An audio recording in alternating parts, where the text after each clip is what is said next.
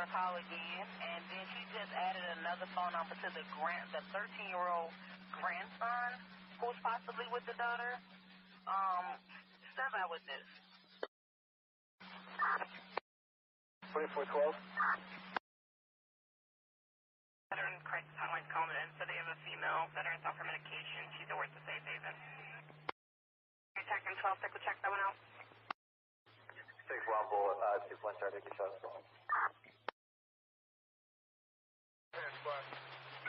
Officer still stands for time? No. Offender in custody?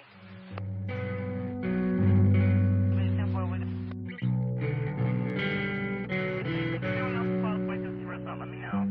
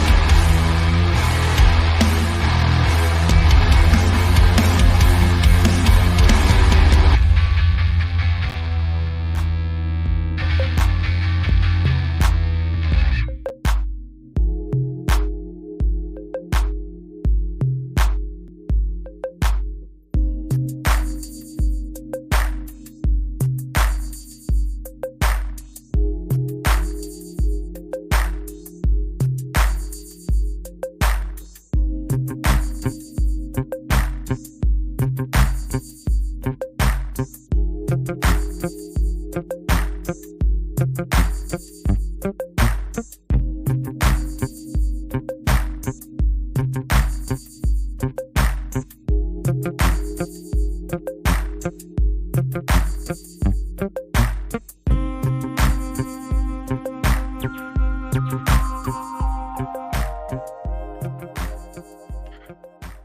that saxophone, you know it's the cue to hop on in this evening. Thank you for joining, everybody. Sorry about last night.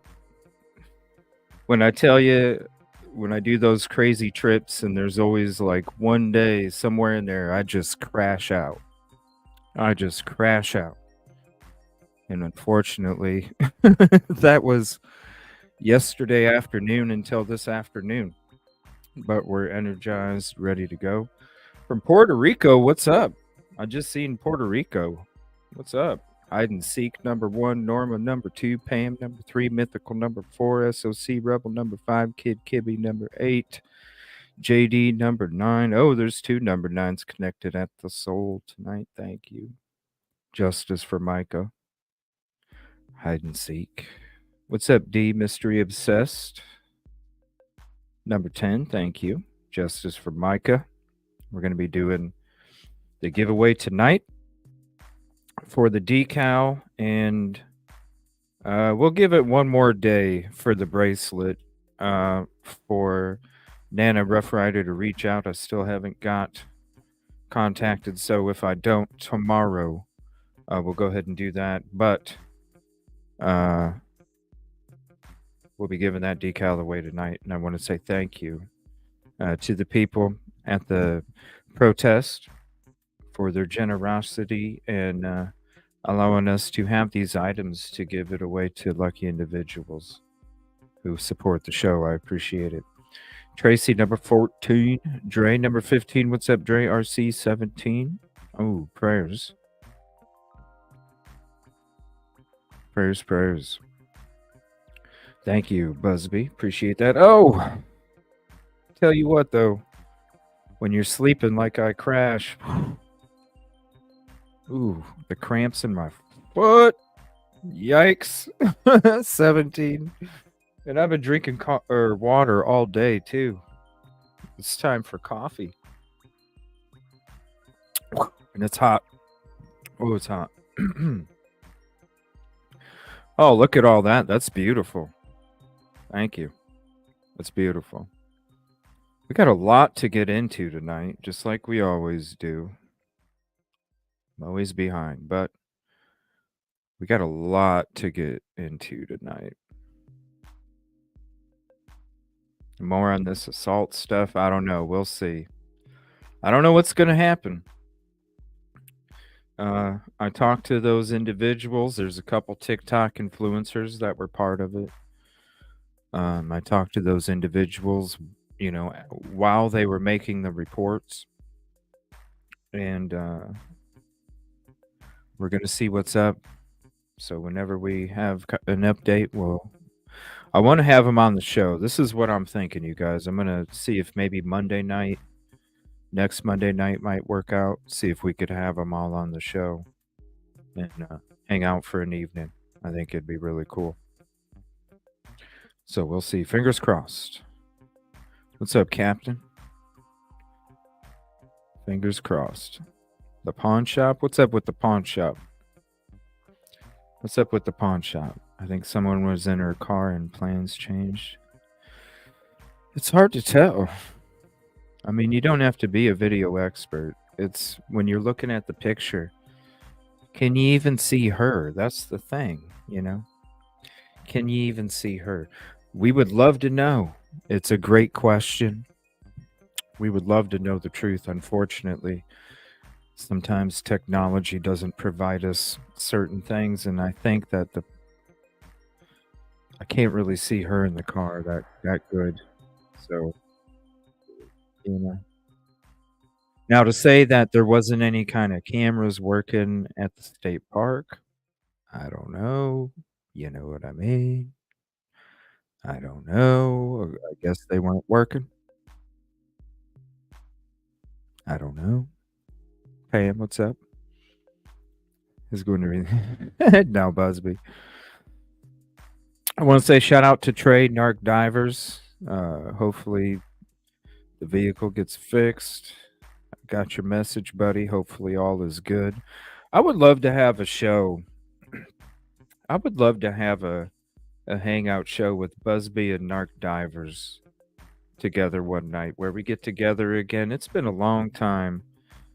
It's been a long time since we were all together. I think the last Busby, the last time all three of us, because I know me and Narc went out to do some more Riley Strain stuff after that. But wasn't the last time all three of us were together was when it was like late at night and we were like, you were kind of surveilling the parking lot and me and Trey were out there on the boat till like late as I mean, it was so dark, y'all. It was so dark for a couple hours.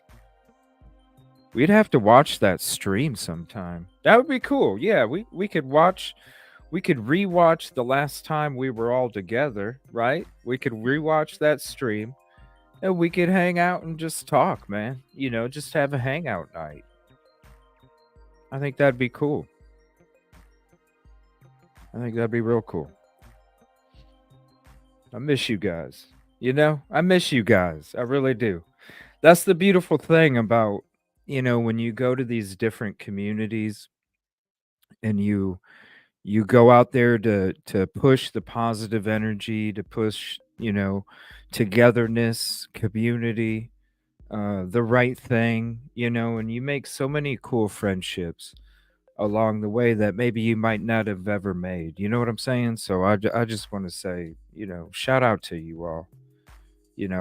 Anybody that supports the show, just being here, your contributions, just making those opportunities available, because it takes both of us. It takes me being able to go out there like I just did. I did a 14 15-hour drive one way, was there for basically, I don't know, less than a day, and I'm already driving back another 14 15. You know what I mean? It takes both of us. It takes you supporting me and it takes me going out there and making it happen, and we couldn't do it without each other. And so I just want to say, to be able to make connections and friendships along the way, just like you all get to, because the more that I make these connections, the more that you guys get to experience the connections too. And so I think it's just a beautiful thing, and just thank you everybody. It really means a lot. It really does. Yes, hugs to everybody. Big hugs. Thank you, Sonia. Justice for Mike. What's up, Charity? Rita. And thank you, Angels. What's up, Detective? I know I'm a little late, but we're getting through it. I want to say what's up to everybody. Yoli, where's she at? I seen somebody say Yoli. There's Yoli. What's up, Yoli? Katrina. Yoli out there killing it. What's up, Patricia? Thank you for your support. Ooh, that's hot. I got to give that a little bit of time to cool. Woo! Usually it's not that hot. Michael, what's up? Whoa. Natalia, thank you. I think you said Puerto Rico. If that's you, what's up? Justice for Micah. Fly girl. Love it. Thank you. From North Dakota. And thank you. Like I said, I couldn't do it without your support. I couldn't. There it is, Puerto Rico. What's up, Tracy? Number 19. Aw, hope you too. Amy, 34. 30. We were both number 9. You're connected at the soul anytime you get the same like number. Number 14. Well, I'm not spamming. It's all good. Spam it. You can spam it as much as you want. Plus, you're going to want to spam it as much as you want when it comes to winning this window decal. Oh, yeah. Put that on the back of your window. Everybody at the stoplight behind you is going to go. If they don't know Justice for Micah, they're going to go, what's Justice for Micah? While they're sitting at the stoplight. and they're going to look it up on their phone, probably look it up on YouTube, and then be introduced and bring awareness to this. So I think it'll be a great thing for whoever gets this. Please, if you don't mind, put it on the back of your window, because if somebody's behind you, which most of the time somebody's going to be looking at your window if they're behind you, especially if they're at a stoplight. And I'm telling you right now, if they're at a stoplight, they'll pick up their phone and be like, "What's this justice for Micah?" Boom, another person that knows justice for Micah and what it's about. Stan Lamper, like JD, that whole freaking. If you guys didn't see that video drop I did last about what he called us vicious pagans and all the stuff he was making up, it was disgusting. We do know the true meaning of the hashtag justice for Micah. Unfortunately, I think somebody needs to look in the mirror. You know what I'm saying, Bev M? You know what I mean? Somebody needs to. It's not us, because we know what it is. It's what we're about.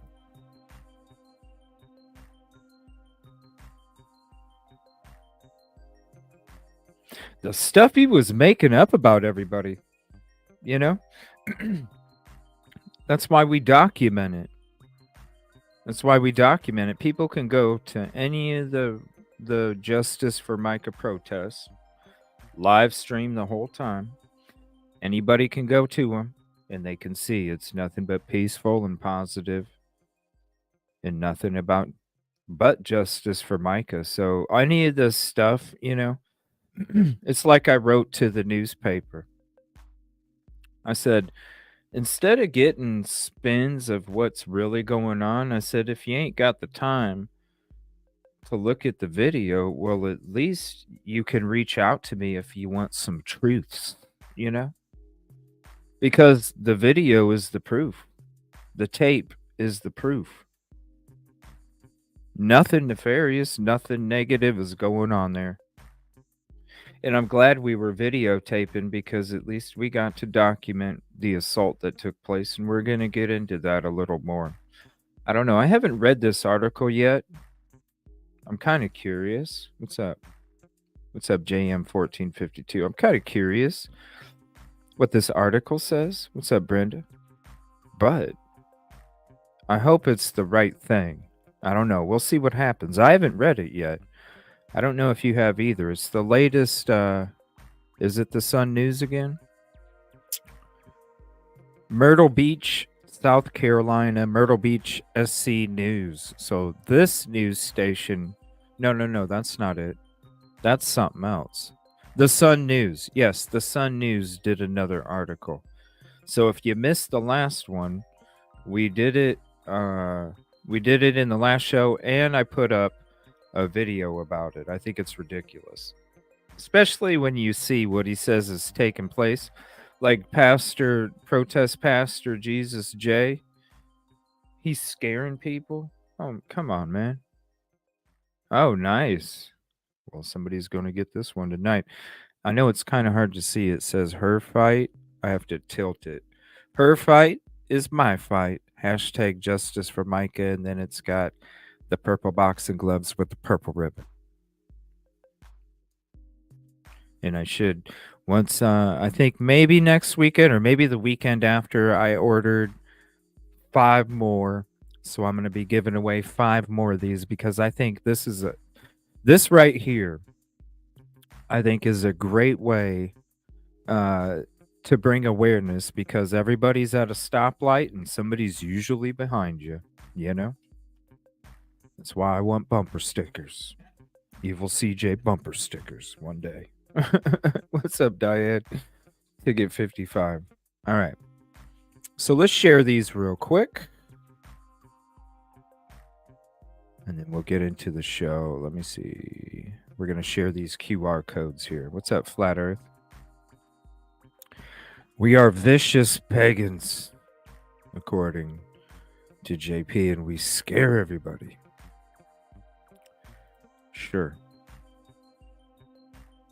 All right, so let's go ahead and share these real quick before we get in to the show this evening. Go ahead and pause it if you need to. Take a screenshot, share it with your friends. Take a screenshot from the screen. But we'll always show these in the beginning of each show. So that way you can pause it, screenshot it, take a scan, whichever. Share it with your friends. And then here's the next one. Now I'm going to introduce some new music tonight. Because I think I'll play that music when we get into the intro. But I'm loving this like upbeat. Just let me know what you think. Because I think this is, once we get to the show, I think this is like a, it gets you going a little bit. All right, let me move this a tad so that way, I don't know, I don't want the QR code to get messed up here. So let's do that. All right, so we'll do that. We'll make sure the QR code, I don't know if the blue might have interfered with it a little bit. We're going to share this one next. And then after we share these, we're going to get into that article. Plus, there's another article I want to get into that was from back in May, discussing what the pastor owns, what the church owns, how much it's worth.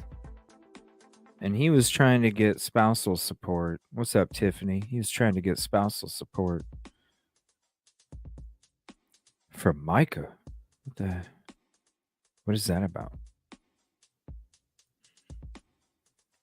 Plus, we got a lot of other stuff, too. A lot of TikTok videos we're going to share tonight. I don't think we've shared this many before. We're going to share a bunch of those, too. All right, there's the QR codes for those.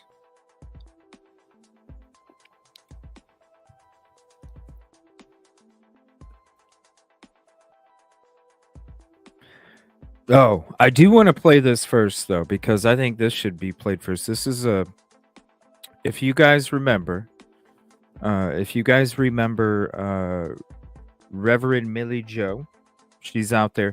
She's the one that was wearing the Spidey mask, which that was another thing. He's saying people need to they're scaring people, the masks. I mean, the Jesus outfit's scaring people.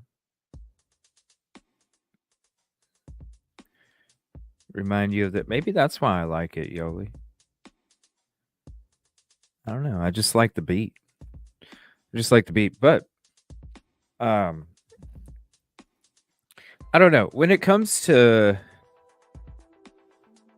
the whole Spidey outfit, whatever, I think it was a funny thing. What is it scaring anybody, right? It was supposed to be like the superhero, remember? It was supposed to be dress up as your favorite superhero. We never saw that even take place, did we, people? We never saw it. So she was dressing up. I mean, and she wore the prison outfit too. Let me share the picture real quick. She wore the prison outfit too. Hold on. I gotta look it up. I know I got it somewhere. All right, here we go.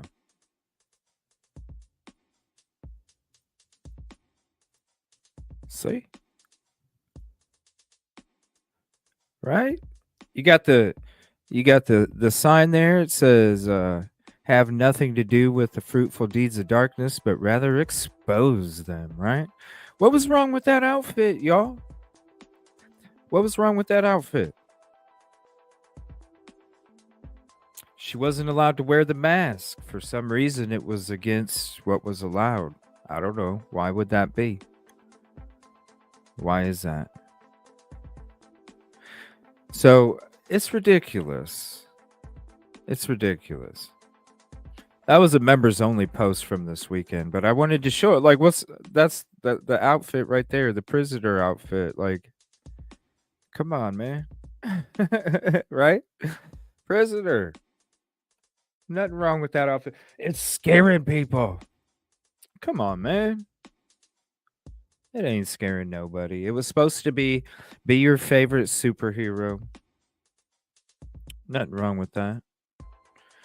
All right, but this was a special message from her that she put on her TikTok. I want to say thank you to the angels because I came across this and I watched it and I was like, oh my gosh, this is so inspirational. Her and her husband are such beautiful people. They have been ever since I started going to the protests. And just amazing. That's the Spidey. That's the prison Spidey, okay? So we're going to watch a video. This is her afterthoughts from the protest, okay? We're going to watch this, but she has a really special message, and I wanted to share it with everybody in the beginning of the show.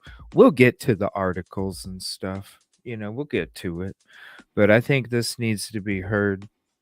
And I'm going to share her TikTok channel, and then I'm going to share the link to the video so you can also heart it, save it, and share it, because I think it's just a great message to hear. So we're going to start off with that tonight. After a busy workday, I just want to get on and say thank you to so many of you. We've gotten so much positive feedback for protesting for justice for Micah. It was an intense day yesterday, and a lot of people felt tired after the fact. It was and hot. I didn't even realize until way after that he was trying to get that JP was trying to get protesters inside of the church, which for people's safety, I would recommend. Right. When we were out there, Allie came up to me and she said, her and her husband were there. She came up to me and she said, he was just asking me to come inside and talk with him. And I was like, what? And she was, because we were across the street, and you can see when I'm live, I'm on the right side of the church. I'm starting to make my way back over. She was on the other side of the street. She's like, hey, hold on, I gotta say something. So I wait there for a minute. She comes up, and that's when she's telling me. JP came up to her and was like, walked right up to her, like right here, and said, Allie, I'd like you to come in so we could talk. And I was like, no, don't do it. Don't do it. There was a lady that was out there last week that was trying to tell me and a couple other protesters, you should take it inside. And I said, no. Now I cut that part off in the live. You can hear me after that, because I'm like, no. And I'm telling them, no, you'll get arrested. There's no way. You're not going in there. Please don't go in there. You know what's going to happen. You know what's going to happen. Keep it peaceful. Keep it positive. I was saying, what's the easiest way for them to get rid of the protesters? Is to get you arrested, right? Is to get you arrested. So you do the peaceful, positive protests that we're all there for, and that's what we continue to do. And if any news station needs to look, they can watch the whole damn stream every time we're there. It's peaceful and positive. Nobody's disrespectful. There's proof. It's documented. We don't need to see the lies that are being spread by emails of certain individuals that have clout, because those people are projecting. Think about this. What about the people out there that don't know the truth, right? They don't watch Evil CJ's protest stream. They don't keep up with the local common market news, right? They don't know what's really going on. And they come across the Sun News. And they go, oh my gosh, these people are out there wearing costumes, scaring kids, and they're vicious pagans. Betty, what the hell is wrong with these people? Right? While they're eating their shredded wheat and orange juice for breakfast, reading the paper. No,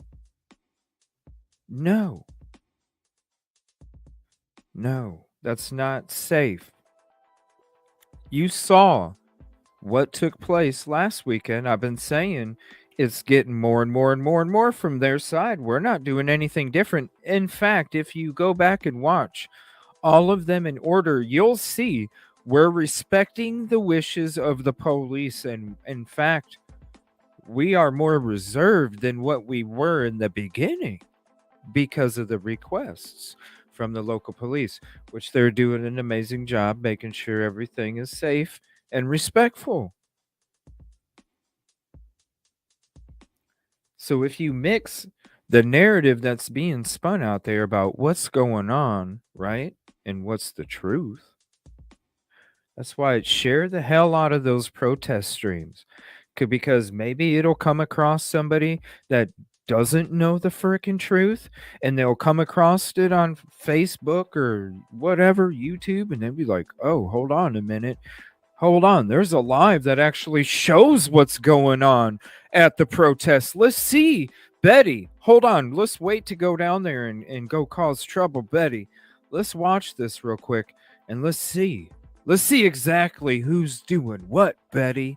And then they watch the whole thing and they go, you know what? I don't know what that Sun News article was talking about, Betty, because all I saw was respect. Maybe we should go down there and support the protesters instead of what we were going to do before, Betty, when we just saw the Sun News article and we were going to go down there and cause trouble for the protesters because we're God-fearing people. And who needs those vicious pagans out there? It's dangerous, people, because there's a lot of people out there that don't do their fact checking. There's a lot of people out there that don't look for, I want to see if this is the truth. They just roll with what the hell's being said, especially by a newspaper. It's very important. It's very important. All right, let me get to this message here. Here's the link for this video. Heart it, save it, share it, repost it. It's a great message. It's about 10 minutes.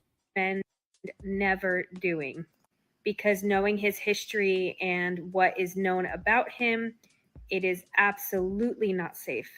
And I applaud our protesters for being aware and avoiding that situation altogether. Don't do it. I would recommend that nobody trust him. No. Because in my opinion, he is absolutely not a safe person. Don't do it. And it is absolutely devastating for me and many others, not only the why this is all happening, but watching people bring children into that church. Now, something else I wanted to address is that there's a couple of statements that are made from the protesters that as time has gone on, I have made some personal stances on, and as I've grown, I haven't really talked about, but I think I should, because in the beginning, you know, a lot of us have never protested before, and so this was new territory.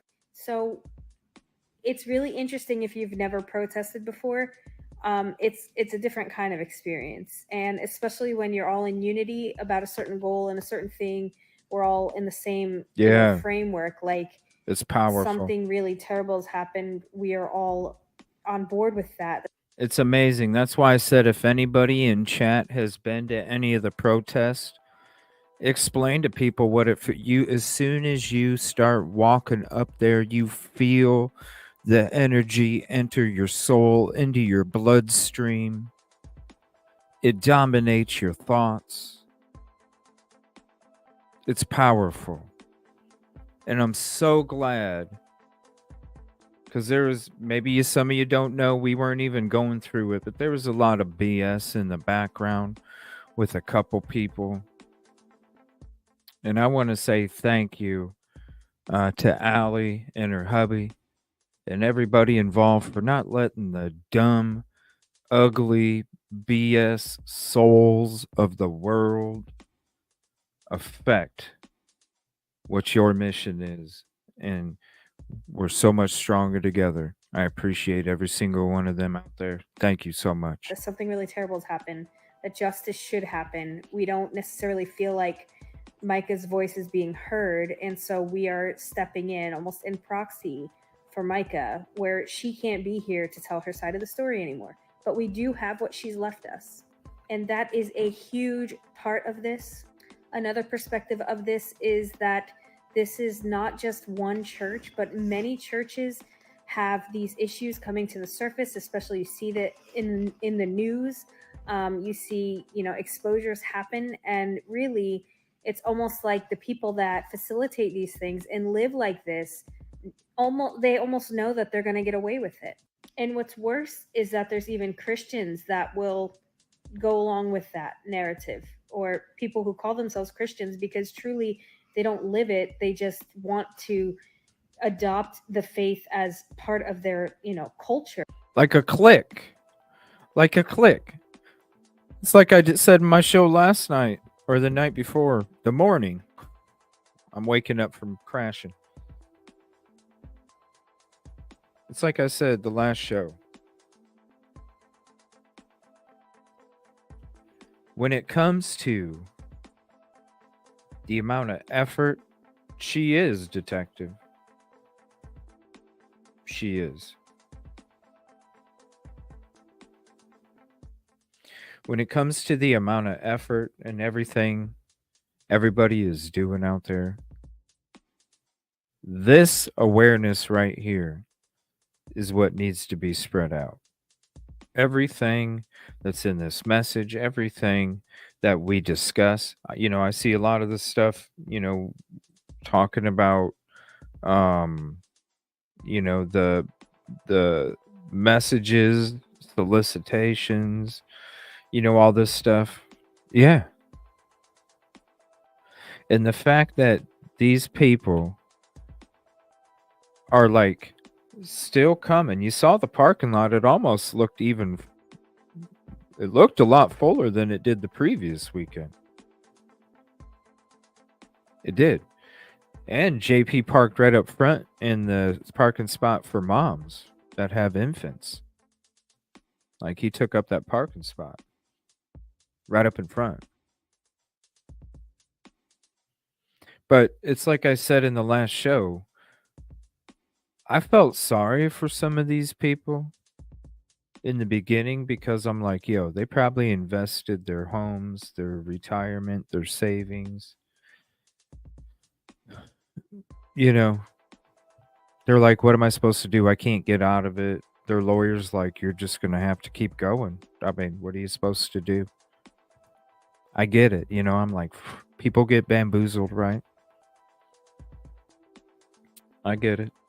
But man, when you see the emotion and the energy that's coming back from these people when we're not even crossing a line, that's when I sit there and go, what the hell is your soul made out of?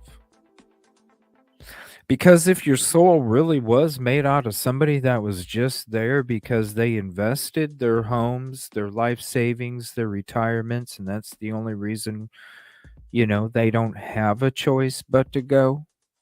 Because if the church fails, then whatever they invested is gone with it, right? So they didn't have a choice. But when you see the emotions and the stuff that's happening it's progressively, a couple weekends, it was people coming from the back, walking towards us, getting real close to us, like trying to get us to snap or something, because they got right here. And we just stood there. We're the ones turning the cheek when it should be them. Why is the pastor not preaching to his congregation? Don't even pay no mind to those people. Practice the godly thing. Turn the other cheek. Don't even mind those people. In fact, they're taking the slap. There is no slap on their cheek, and they're coming out and slapping us. Right? When they're supposed to be the ones that practice turning the other cheek, they're not even getting slapped. They're coming up and slapping us. So then I don't really feel so sorry for you, because it's like, well, even if you invested all of these things, is that any way to treat another human being? No. That's not practicing it. These people aren't showing up. These people aren't showing up for that no more. Actually live it. They're showing up because they have the same damn soul. What secrets do you know? The members that still go, because it's got to be secrets. It ain't money. It ain't money. You showed us this weekend, it's not money. You showed us this weekend, it's something you know. Because if it wasn't something you know, why would you act like that? Mr. Guy that has a badge on his shirt and walks up to a sprinkler and sprays people on purpose? Do you think the organization that represents that badge that you were wearing really appreciated you assaulting people?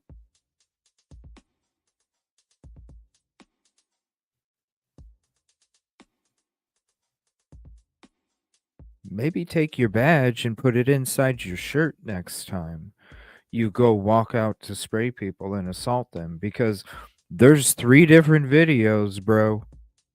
You got 2 close-ups and you got my far back version from my streaming. It's all documented, 3 different angles.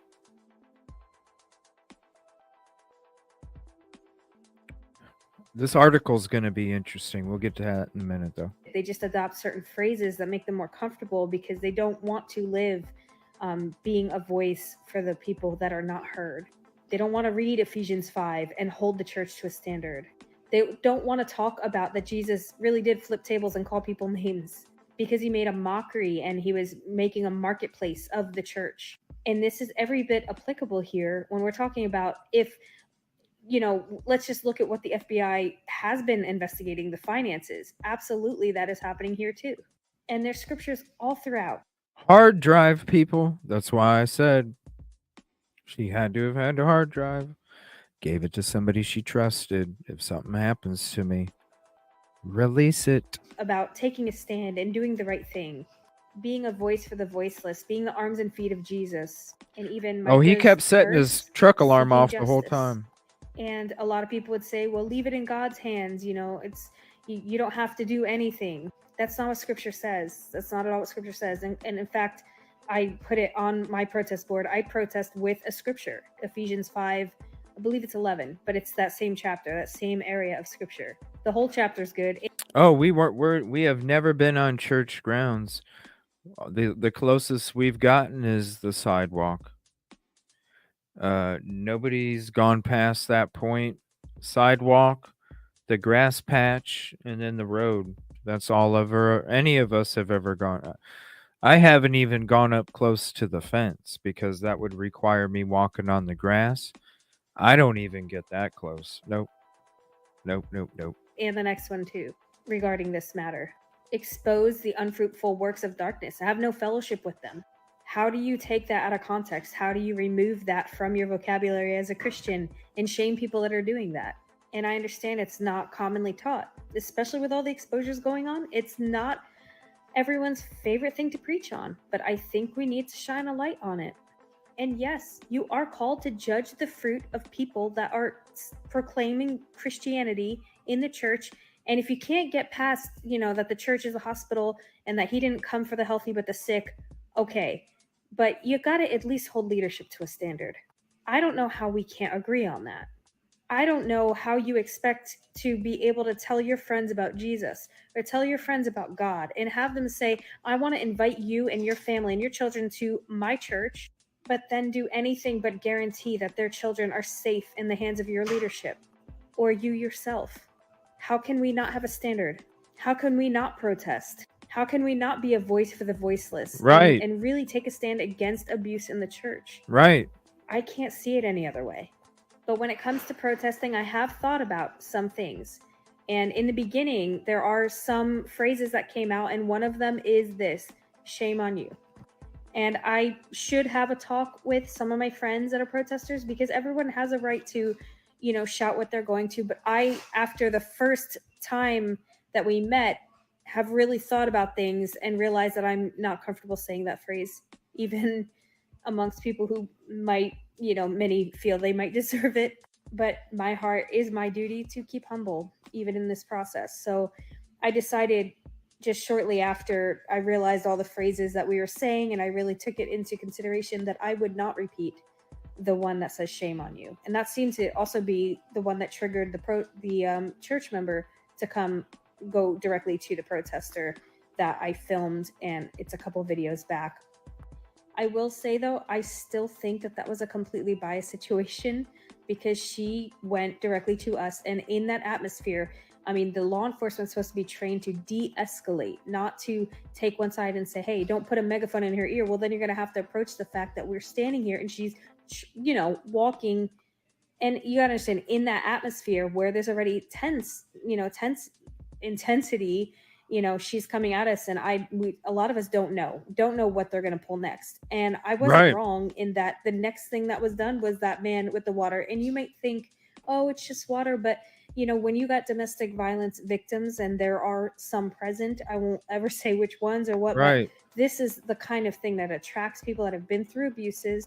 And you have an older gentleman that is spraying down a group of mostly women with water. It's not a good look for him, especially with the allegations that are coming against this church. A lot of you get upset when I call it a church. I understand. That's just what they refer to themselves as. But if we don't get some really good officers to help with this protest, or to be unbiased, or to really educate themselves on how to de-escalate a situation, those things will get more intense on their Right. end, and that was clearly proven. Right, because that's what I'm saying, and you see it every week. They get it. We ain't crossing no boundaries. We're not doing anything wrong. We're keeping it respectful. We're doing what's asked and what's allowed. We're not doing anything we're not supposed to. And you see every week how it keeps getting stronger and stronger and stronger. These people think we're frickin' devils. You saw the article. If you missed it, it's my last video upload. JP tells the Sun News. Check it out. I read it. It's ridiculous what's being said. I'm not saying that they have an excuse to act like that, but damn, I can imagine what the hell is being preached to them. Especially imagine how bad, they're the ones scaring the children. They're the ones scaring the children, making it seem like it's freaking Armageddon. We're surrounded by devilish souls, children. They think it's freaking Armageddon. What's up, my kid's keeper? They think it's Armageddon. They're the ones scaring their freaking children.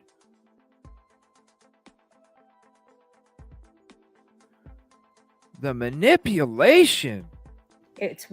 That's why it's important you guys support and share this stuff, because I'm telling you, people that don't know are going to read the damn newspaper and go, oh my gosh, Betty, when we're done with our shredded wheat, let's go down there. In Jesus' name, right? On how to de-escalate a situation, those things will get more intense on their end, and that was clearly proven. It's water this time, but there's already been some threats made. We don't take pictures of that calls. That's what he's saying, right? Talking about it, like, come on, man. It's just like that dumb nonsense fucking chick. You know what I'm saying? Oh my gosh, CJ supports this and this and this. Real work. Give me a fucking break, man. Get your ass up.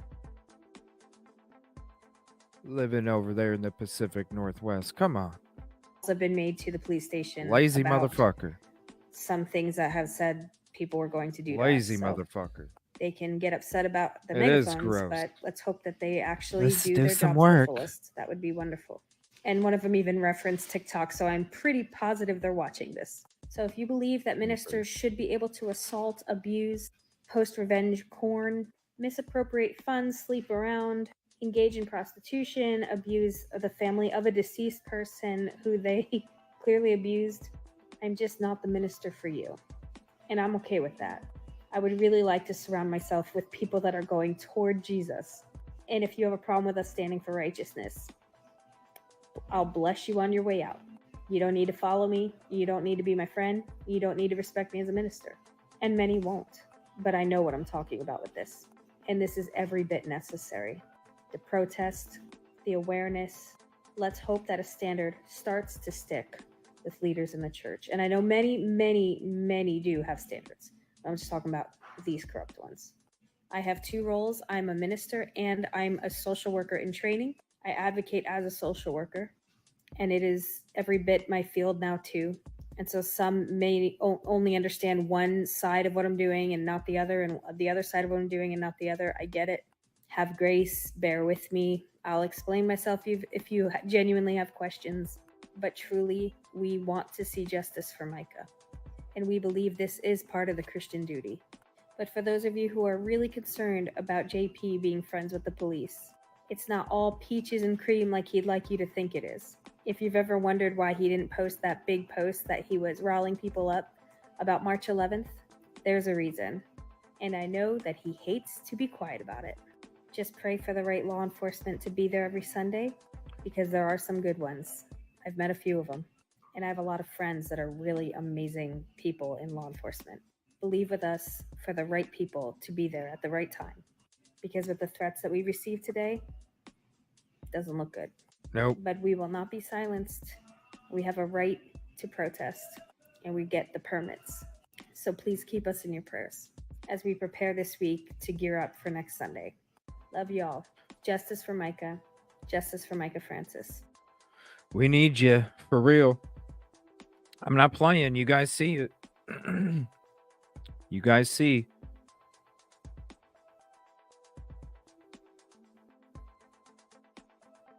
It's no joke. It's no joke at all. All right. Oh, it is, Yoli. All right. We're going to get to this article here.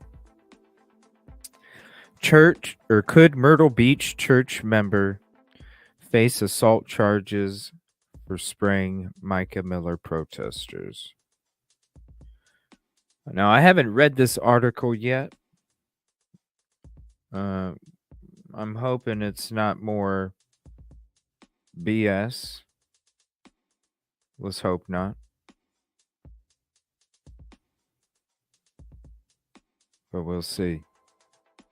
Here's the... I don't know if it'll fit. Hopefully. But if not, I'm sure I'll be making a video and putting it out later. Did it? Yes, it did. There we go. There's the link for the article. Could Myrtle Beach church member face assault charges for spraying Micah Miller protesters? This was from 7 hours ago. A Solid Rock church member could be charged with assault and battery after he sprayed several people with water outside the church.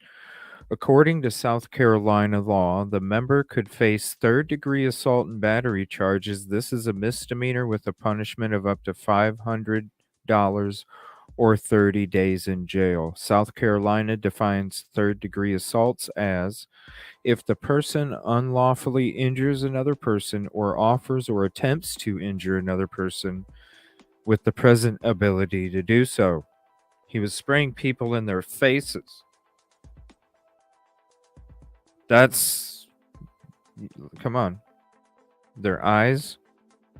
It is not known if the man who sprayed the protesters has been charged. The Sun News requested the incident reports, and Myrtle Beach police spokesperson Randolph Angotti did not comment on the matter. On June 30th, a member came out of Solid Rock Church, 803 Howard Avenue, after service, picked up a sprinkler that was turned on, and sprayed a group of Micah Miller protesters. 3 different views. You can see it from all different angles. The water hit around 6 people, with 5 people filing assault charges, said protest organizer Alexandra Cuozzo. There's Allie. No one was injured, as a result of the sprinkler, although the water irritated some people's eyes, Melissa Pfeiffer said. Pfeiffer was one of the women hit with water and said although she was not hurt, she felt embarrassed after the water had made her white shirt appear sheer. Very quickly, you could see my undergarments, she said. Cuso said she and others have been protesting Solid Rock Church since May 6th. Micah Miller, the wife of former pastor John Paul Miller, passed away on April 27th, shortly after her case gained national attention after allegations that John Paul Miller had abused his wife. John Paul Miller has denied these allegations. Why are there protesters? And we'll get to your comments here when the article's done. Protesters meet every Sunday in an attempt to get justice for Micah Miller, Cuso said. This can look different to each person. Pfeiffer said as a victim of domestic violence, she wants to bring awareness to the issue, while Cuso said she wants to see Solid Rock Church shut down. We want justice for Micah, and I think closing the church is the first step that we can take as a community, Cuso said. There has been public speculation over how John Paul Miller has allegedly handled the church finances since Micah Miller's passing. This includes that the church owns an airplane and John Paul Miller allegedly sold his house to Solid Rock, the Post and Courier reported. We're going to get into that next. It's going to be a double banger for articles here. Another issue Cuso has with the church is the people in it. For example, Bernard Kennerson, a church leader, has been convicted for sexually assaulting a child. You can see some of the church videos where he's up there talking and singing. WBTW-TV reported Kennerson had said that he is remorseful for his crime, but he remains in church leadership. Around children, people. How is that? Come on. Around children, protesters typically spend Sunday morning near the church holding justice for Micah signs and chanting phrases such as "Shame on you," "Micah's blood is on your hands," "No people, no church," and "You can't hide from the FBI." The article missed out on that. These people are not protesting. Solid Rock believes in... So this is from John Paul. These people are not protesting. Solid Rock believes in the right to protest. These people are pagans who are trying to stop Christians from worshiping. John Paul Miller wrote in an email to the Sun News Sunday. Like I said, we went over that yesterday, and we put out the last video tab of Evil CJ's Crime Concepts, and you'll see we read the article. We don't mind them protesting, but we do mind not being allowed to worship Jesus for 1 hour together in the city of Myrtle Beach. John Paul Miller also said protesters have been taking pictures of children. That is ridiculous. Cuso said that she and other protesters have not purposely been... We have not done any of that. They take videos to document what happens, and kids may end up in the background, the very far background. And if you watch our shows, a lot of the times I'll cover the camera. Sometimes you'll see people are walking when I'm on the right side or something and people are walking by. I will literally, you'll see my hand pop up sometimes. Come on now. Let's be real. That's why we do it. That's why we do it, because you can go to any of the protests and you can see it's nothing but respectful. Not only what I'm doing, what the other protesters are doing too. It's all documented. JP, check the tape. Check the tape. Overall, Cuso said she's gotten positive reactions from police and neighbors. So have we. Saying she and other protesters speak to officers about how to follow laws. That is not... We don't tell them how to follow law. Neighbors have also donated bottles of water in the past. They have. They're beautiful people. The neighbors, I'm telling you, they'll pull you over. They'll say, "Hey, come here. I got to talk to you." Why do you think so many times I'm going away? Because there's a lot of people that want to say something, and they need to say something. Sometimes we can't have it recorded. That's why I'll sit there and I'll leave it up there. You can hear justice for Micah, and sometimes I walk away when there's times I can't walk away. We do have to mute it sometimes. Micah Miller passed away on April 27th, according to North Carolina officials.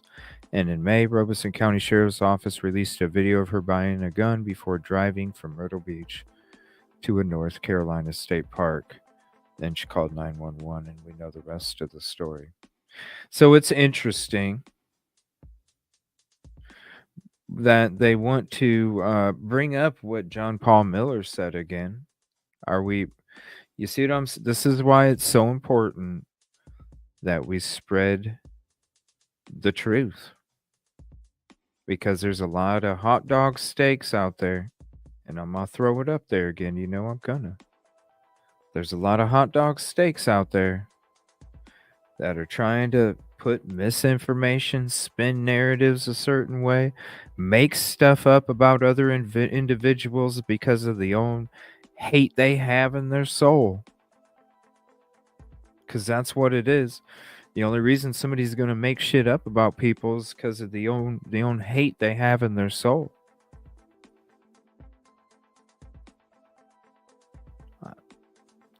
The Sun News, I guess they didn't have too much of a topic because really, they talked a little bit right here. They gave some more background. They talked to Pfeiffer, Cuozzo, and then all of a sudden it went back to, JP said, come on now. Give me a break. Let's see what this says here real quick. What kind of teeth you gotta brush? Oral-B Electric cleans better with one simple... On a domestic violence aimed bill they say could have saved Micah's life. News 13's Adriana Lawrence is also live outside the Government and Justice Center. And Adriana, what more do we know about this bill? Trish, Edward, we told you 2 weeks ago about Micah's Law. Petitions started to strengthen stalking and harassment laws right here in South Carolina. But attorney Regina Ward says similar bills like this one have actually already been introduced here in the state 3 times since 2020. It's called the Coercive Control Bill. Ward says it was introduced once in 2020 and twice in 2021, but actually never made it out of committee. Ward says the bills outline the protections victims of mental, physical, financial, and more need in order to protect themselves from their abusers. Ward says when law enforcement responds to a domestic violence situation, they look for bruises or marks to make an arrest. But she says a lot of the times you can't see the abuse or control. Ward wants the most recent bill to add more protections and rename it to Micah's Law because it could save many. Whoa. Okay. All right, we're going to get into this article now. I don't know what that was about. Not sure about that. All right, so here's this article. This talks about disgraced pastor owns church. Church owns plane, $5 million in assets. And he was trying to get spousal support. What's going on? This is from May 20th, 2024. Here's the link to this. Look at all those people. Let's get rid of this. Come on. There we go. Look at all that. Here's a link to the article. I hope it is.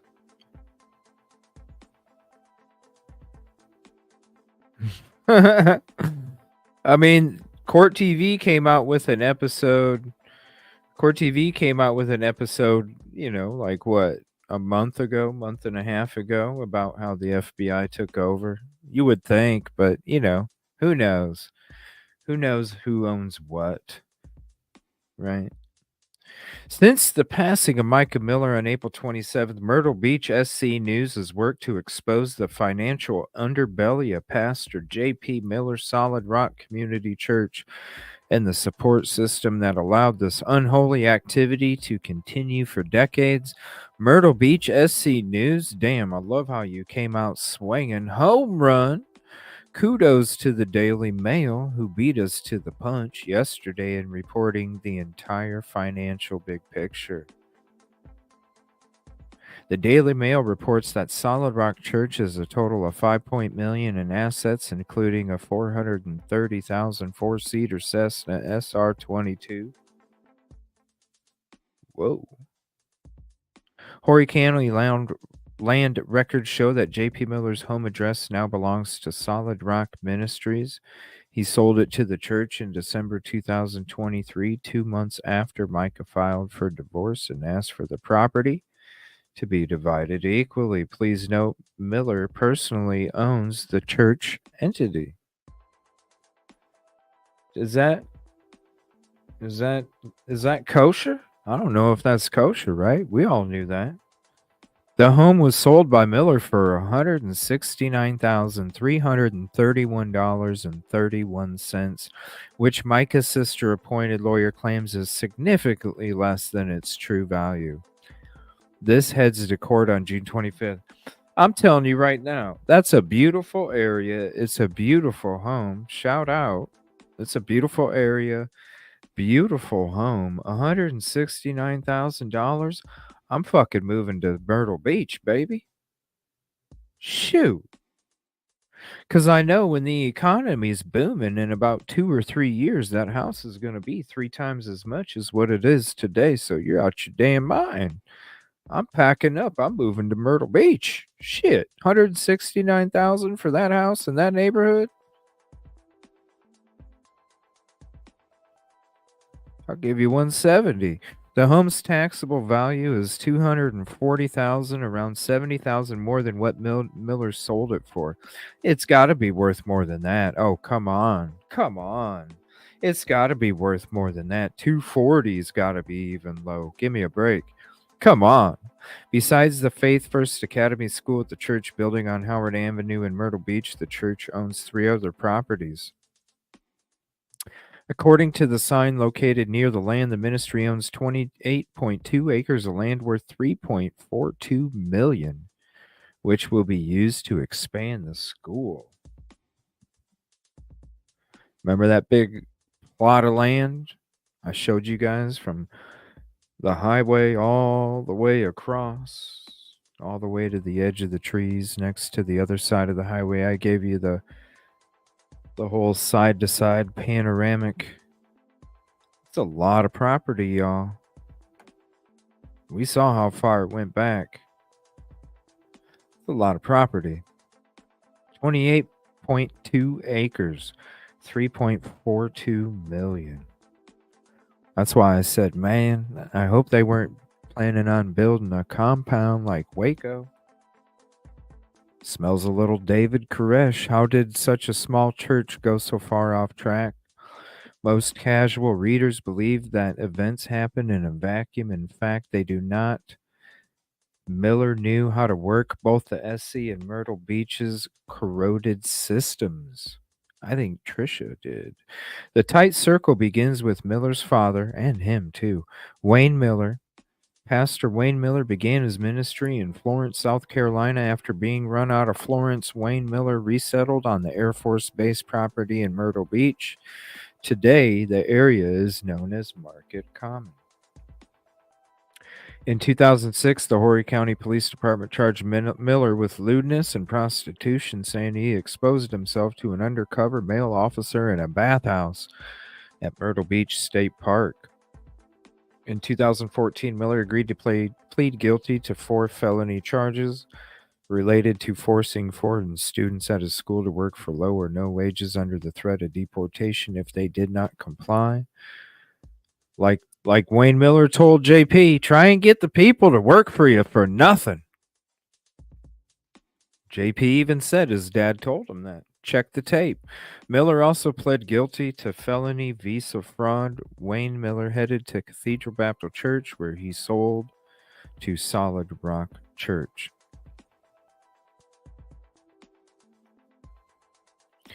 Circle of Evil. Reverend Randall Charles, JP's mentor. We all know Randall, right? The Reverend Randall Charles calls himself the long-life spiritual mentor of J.P. Miller. Like I said, it's his uncle, Uncle Randall. He told the Christian Post that Micah and JP's marriage had simply gone through a bump in the road. JP Miller is yet to be fired by his non-denominational church, despite all the accusations of prostitution, womanizing, abuse, and extramarital affairs. The Reverend Charles Randall denied reports that he, Randall, had fired Miller during a sermon on Sunday, May 12th. Randall said in the Sunday sermon, "He has not been fired. I have released him from ministerial duties so he can get some healing, counseling, and guidance. You cannot go through things like this and step right back into the ministry the same day." In fact, he did. The 72-year-old Randall also said that misinformation and lies about the church and JP Miller are being spread. Why? Because they include you, and you don't want them to know the truth either because you're part of the lies? No wonder you called them misinformation and lies about the church and JP. Because the truth has you in it, sir. Nothing says Jesus like lowering up Attorney Long. After Randall's comments, JP hired attorney Russell B. Long. The attorney sent out a threat letter saying social media posts and news reports were being compiled. In an attempt to put a lid on the issue, Miller threatened to sue practically all of Horry County. Attorney State Representative Val Guest, SC State Representative Val Guest, is another often used attorney by J.P. Miller. Guest has represented him 6 times, including Miller's initial divorce from his first wife. Former church member attorney Tom Winslow. Tom Winslow is an attorney hired by Miller to get Micah Miller determined mentally unstable. As we reported, the documents were signed at the church on December 4th and then notarized the following day, December 5th. We also reported this action is illegal. Winslow told local media this past week that he and his wife left the church 3 weeks ago. Winslow said his wife was looking for a different praise and worship service experience. Sure. I'll get to you guys' comments here in a second. The SC family court system, Micah's pending divorce. The money in the SC family court system for lawyers like Winslow and Guest make the system one of the biggest abusers in the state. Micah Miller knew she was headed into that spider web of manipulation and destruction. We have reported on SC Family Court over 20 times, including the case of Caroline Forest resident Ashton Moore directly involving Tom Winslow. In the suspect 15th Circuit Family Court system, Micah, who had already been ruled unstable, was facing the same treatment as so many other victims we had covered. I need to look that up. Ashton Moore, Tom Winslow. Interesting. That'll be on the next episode. Attorney Luke Rankin, Senate Judiciary Chair. When residents look at Horry County Family Court, they can look no further than South Carolina Senator Luke Rankin, as the South Carolina legislature finished 2024 business this week. The Post and Courier reported that SC judicial reform was stuck in limbo. Only a reconciliation bill can bring a small measure of reform, but even SC legislators say it is a compromise bill that no one will truly like. Why has there been no reform? The system creates too much wealth and power for Senate heads like Rankin. An equal shared parenting bill has the sponsorship of over 50 South Carolina legislators but can't get out of committee. Why? The bill would take all of the money out of the family court process for lawyers like Val Guest and Tom Winslow. In truth, the SC trial lawyers who back Rankin do not want it out of committee, according to Isbiz World in 2023. Family court lawyers made $12.8 billion in income. Whoa! Family court lawyers made $12.8 billion? It's a huge business paid on the backs of families going through tremendous difficulty and stress, and the children pay the highest toll. DSS. We covered the Horry County crimes and collaborative evil actions at DSS time and again. It is part of the system that allows predators like J.P. Miller to thrive. Most victims are fully aware that the lines are blurred between DSS and family court. How is Myrtle Beach Mayor Brenda Bethune involved? Mayor Bethune creates the culture and climate for predators like JP to thrive in. The city sponsor an annual kids-friendly gay pride drag show event held annually in Market Common, just a few blocks away from Solid Church. Under Bethune's leadership, the city of Myrtle Beach ranks the number 1 LGBTQIA plus all-star city in South Carolina. In fact, Myrtle Beach ranked among tops in the nation, held just blocks away. Evil Circle worships money. The entire circle has one common theme. Each member of this circle loves money, yet they have little concern for community. They maintain transactional relationships. John 11:35 is a verse containing 2 words. Jesus wept. Wow. What an article from Myrtle Beach, South Carolina News. I never heard of them before. Damn. That's a lot. Home is at least 350. I think so.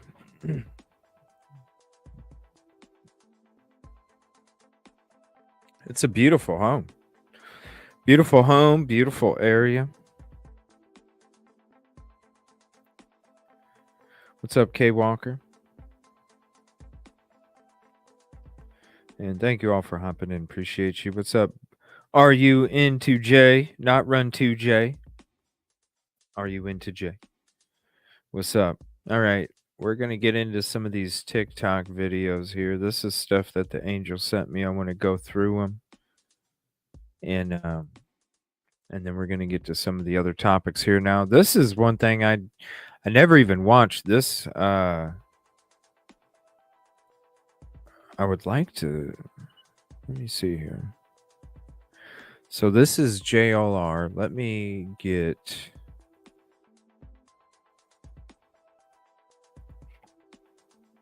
This isn't JLR's link, but let me get his link for you.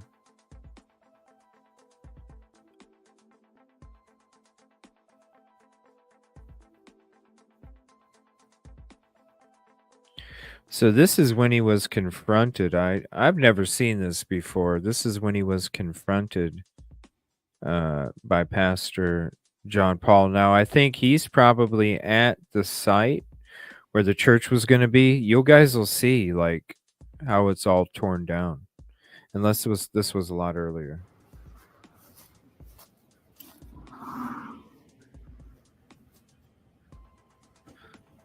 So he pulled up. Hey, how are you? A lot of people, hey, sir, a lot of people want to know if you murdered your wife.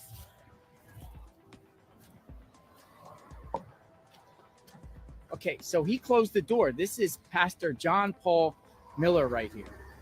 This is Pastor John Paul Miller. He was like, come here. And he lives in the development over there, Coldwater. He just came over and told me, turn off the camera. And he just bailed out. He just bailed out.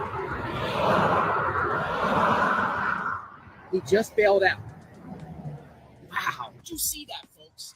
That was the pastor. And he told me to put the camera down.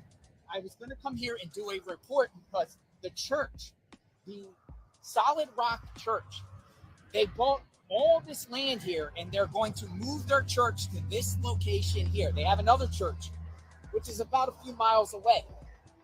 Micah Miller, his wife, that truck that you just saw, that belongs to John Paul Miller. That was right here. Let me go back to it. John Paul Miller in the truck. He opened the door. I don't know if we saw him on this video.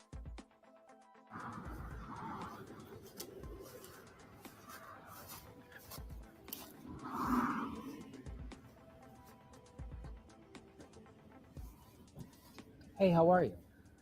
A lot of people, hey, sir, a lot of people want to know if you murdered your wife.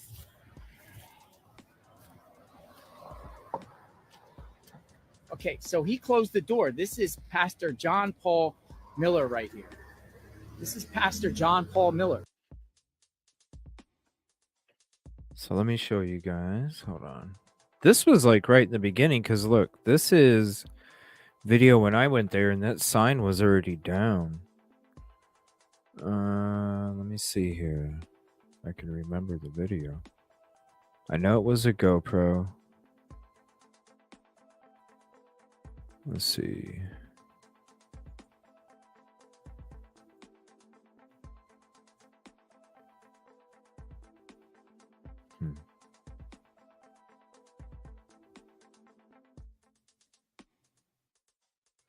Because it was actually, it looked like it had, there's trash all over it and everything.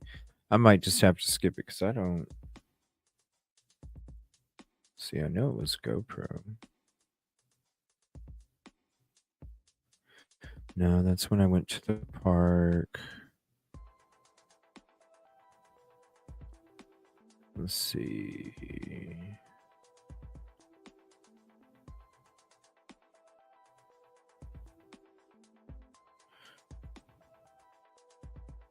I think it was the 5th. Oh, well. I'm not going to waste time looking for it. Yeah, so that was him. Here's another one that the angel shared. We're going to check this one out real quick. This is the link to this one. Catching up on the JP Miller videos. Just catching up on the JP Miller videos. If you want to talk about something, there's something called therapy and the psychologists. It doesn't have to be through social media with a bunch of people who already really dislike you, and there's no back and forth dialogue or validation. Now, you said Micah was diagnosed with bipolar 2 disorder, schizophrenia, and dependent personality. Let's break this down because I have this little nifty book that talks about it.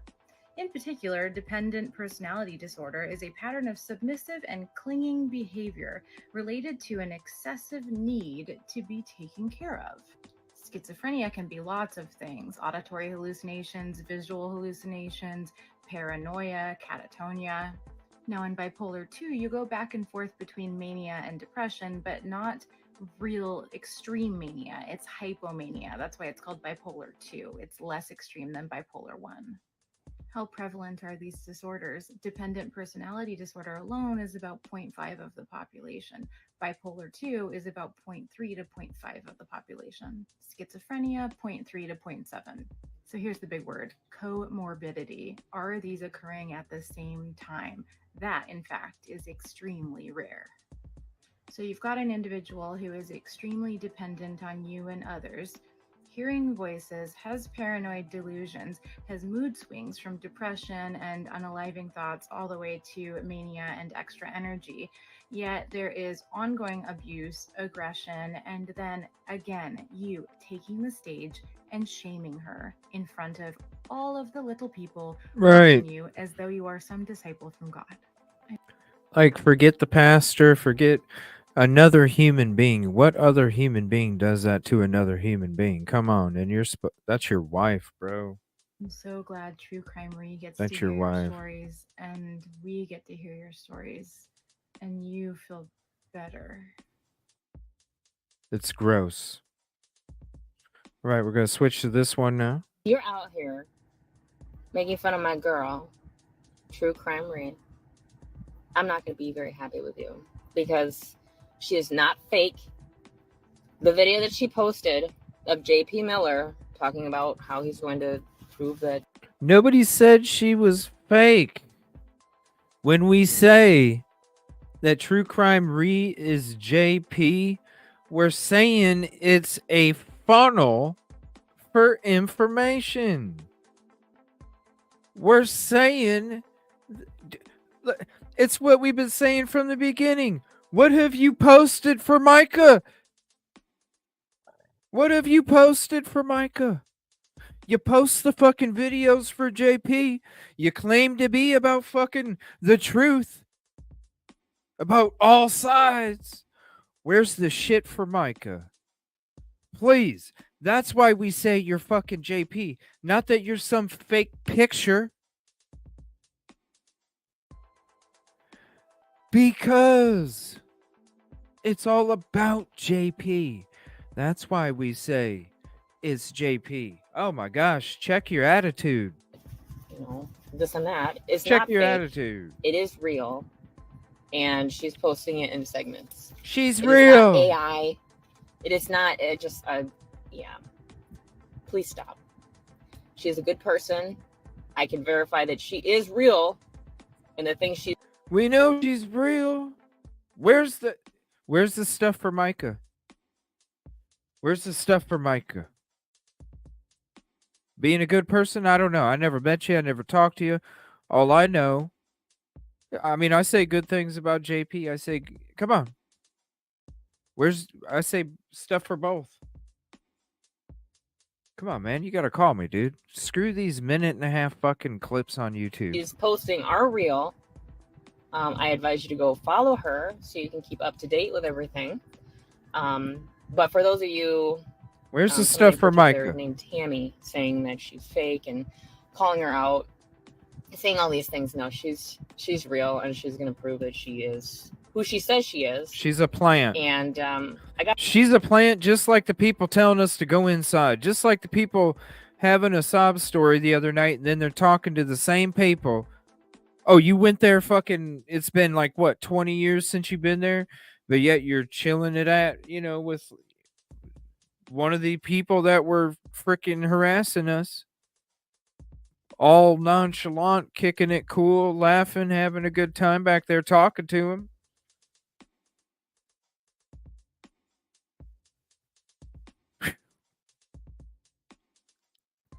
That's why I turned my camera back around this week, and I look who's talking, you guys. Sorry if I pissed some people off, but I'm just trying to be real. Look who's talking. The same person that I went up to say thank you for sharing your story and reached out my hand to shake their hand, I got the cold shoulder and the stink eye.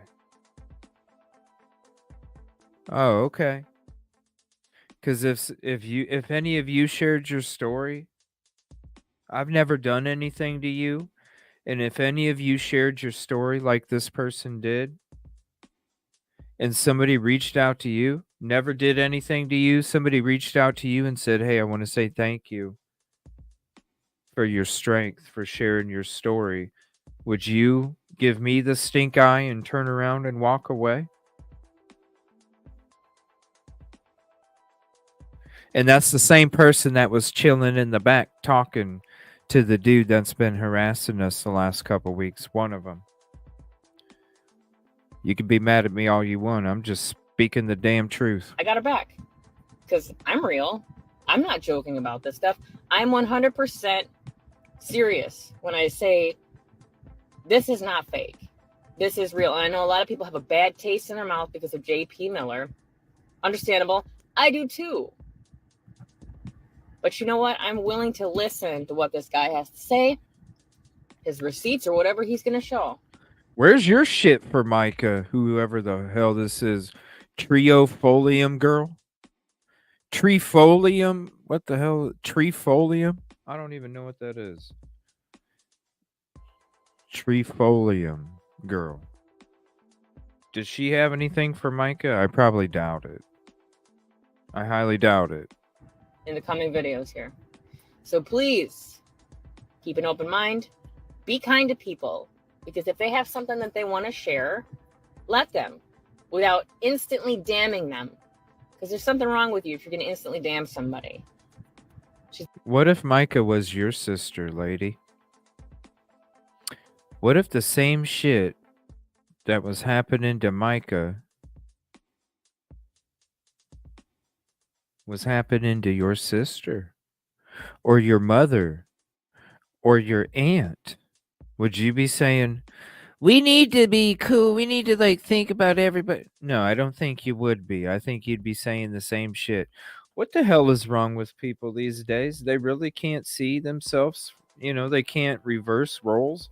Are people that so sucked into themselves that they literally can't put themselves in other people's shoes? We need to be good. Who the fuck you preaching to, lady? She's a good person. Who the fuck are you preaching to? She's not a liar and she's not a fake. And that's what I'm going to say. Well, whoever you are, I'm glad that you stood up and said something, because son of a bitch, if you wouldn't have done that, where would this world be? Oh my gosh. It would probably wake up as a disaster tomorrow if you wouldn't have said that, trifolium girl. So strong. Yeah, Jay, sometimes I just don't like to, I wait a little bit to go ahead and announce these, because I like to let these things finish out. It's not that anything didn't get missed. It's just sometimes we do wait a little bit, so I'm not interrupting different things that we're going through. And I want to say thank you so much for the $5 super chat. Everyone say it with me. CJ, you're awesome. Come on, man. Give me a break. You need to stop that crap. I'm just trying to treat others how other people would want to be treated. That's all it is. Thank you, Norma. I appreciate that. Talk about another, just a name, nothing. I mean, I'm glad she said something, because the world would have woke up in a shit show tomorrow morning if she wouldn't have said what she said. Whoa. Whoa. Maybe. Isn't that rude, though?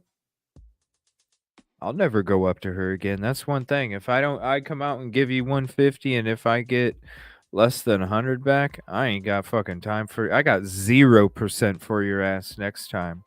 And that's what I'm doing. This is one of the protesters. Shout out to her. She's a great soul out there. Great soul out there.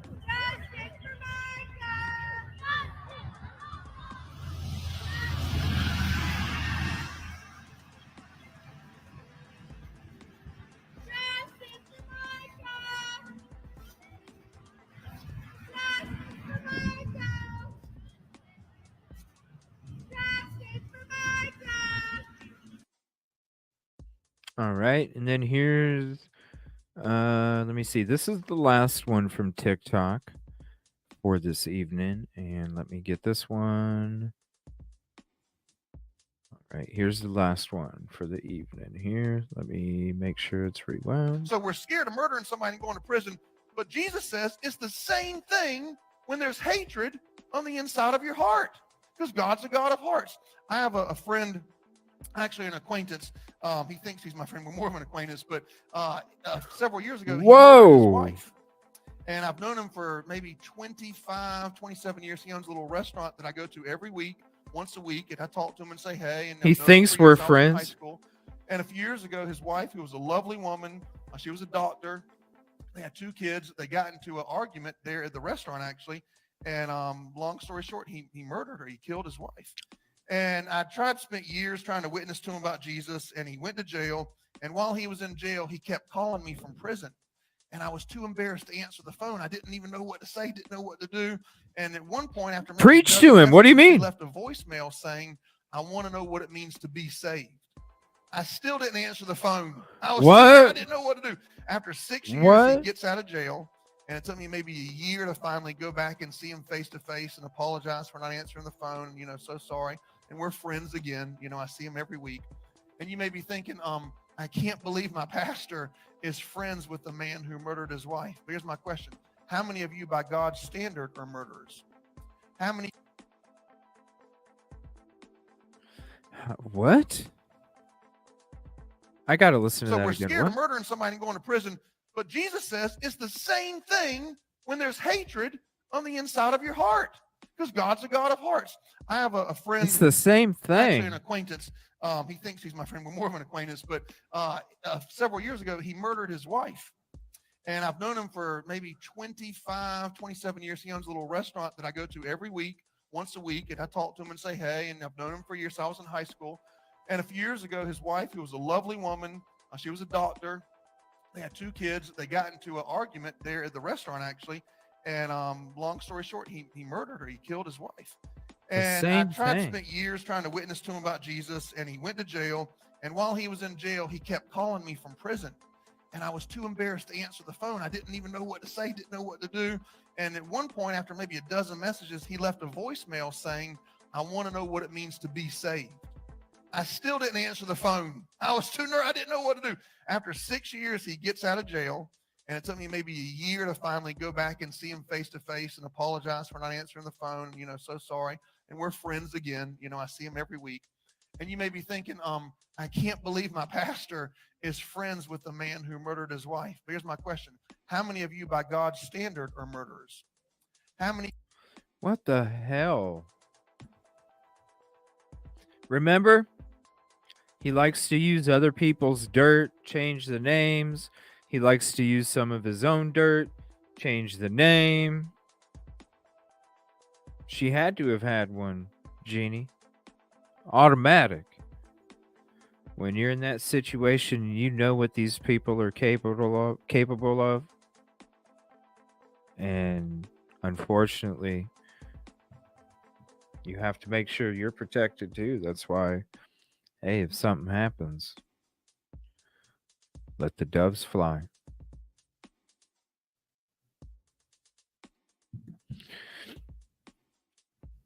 Yeah, I think he's telling on himself.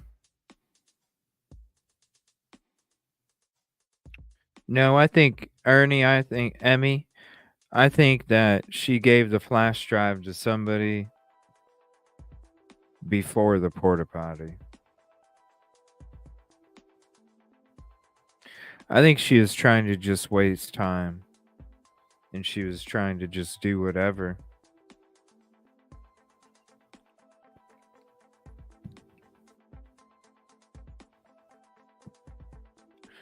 It had to be before. When you have this kind of information, you don't stick it in a porta potty. It's something that you already have. And you know what?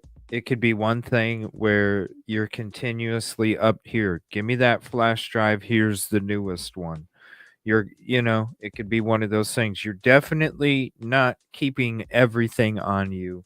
Somebody else already has what that is. Maybe there's an exchange of updated versions. I don't know. But somebody's going to have it in their hands. Why do you think? FBI picked up investigation right after.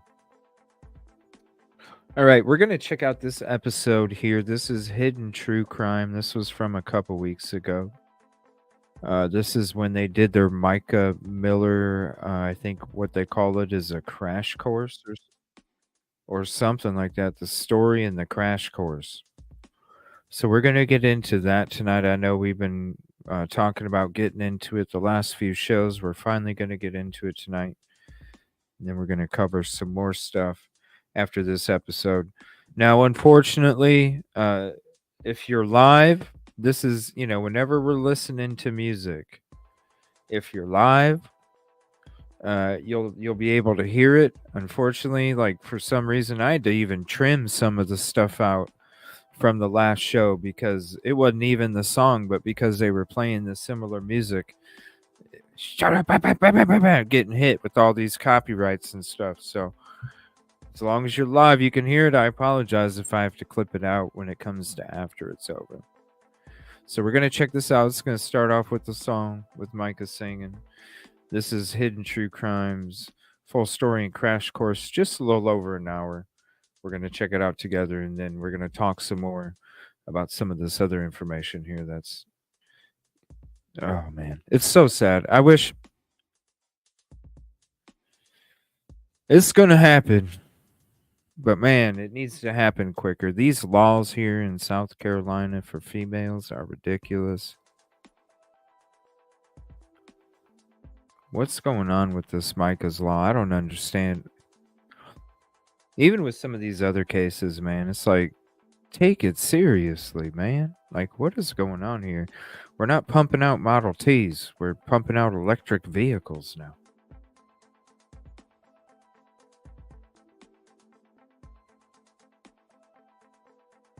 Hold on. It said it lost audio. That's weird. I've never seen that. Sunday morning rain is falling.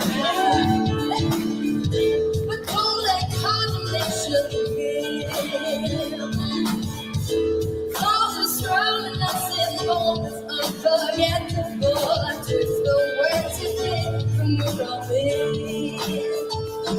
But things just get so crazy, living life is hard to do.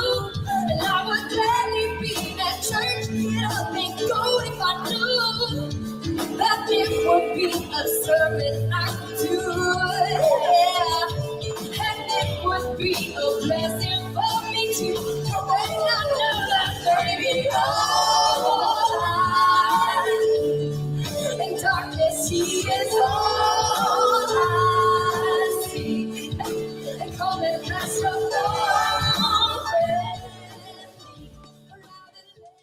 Hello, Hidden Gems. During Chad Daybell's trial, while I was away reporting daily in Idaho, John and I noted a suspicious death that police deemed a the investigation into the sudden death of a popular South Carolina pastor's wife. Police will meet with the family of a woman found dead under suspicious circumstances. The death of Micah Miller has affected us, especially Dr. John, and has sparked many conversations at our dinner table as well as on the phone while I was away attending Chad Daybell's trial. We realized that it is time to talk about it. And for John, a forensic and clinical psychologist, he will soon discuss what he sees when it comes to the death of Micah Miller. 30-year-old Micah Miller's body was found on April 27th, 2024 in Lumber River State Park, about an hour and a half drive from Myrtle Beach. Police say a 911 call came from the park, and police say Micah made the call. On the now released 911 call, the caller says she plans to take her own life. Robeson County 911, what's the address of your emergency? Hi, are you able to trace the location of my phone? Let me see. You don't know where you're at? In National Park. What's the phone number you're calling me from? 843-655-5242.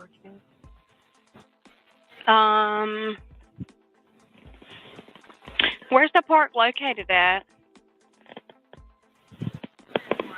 In Fair Bluff. Let's see. I have my location on, I think, on my phone.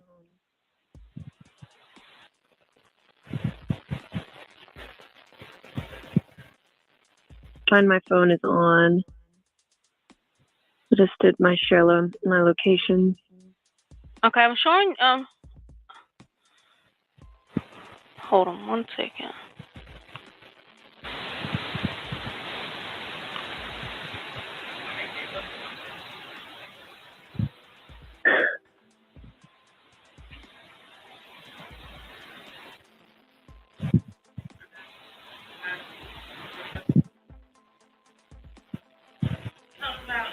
I don't think you are in Robeson County.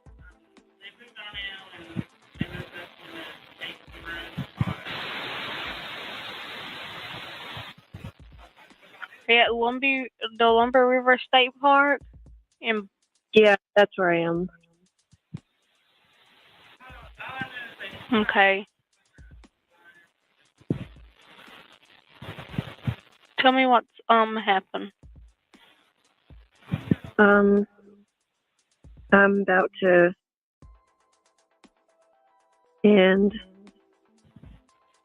I just want my family to know where to find me. Okay, ma'am. Just listen to what I'm saying, okay?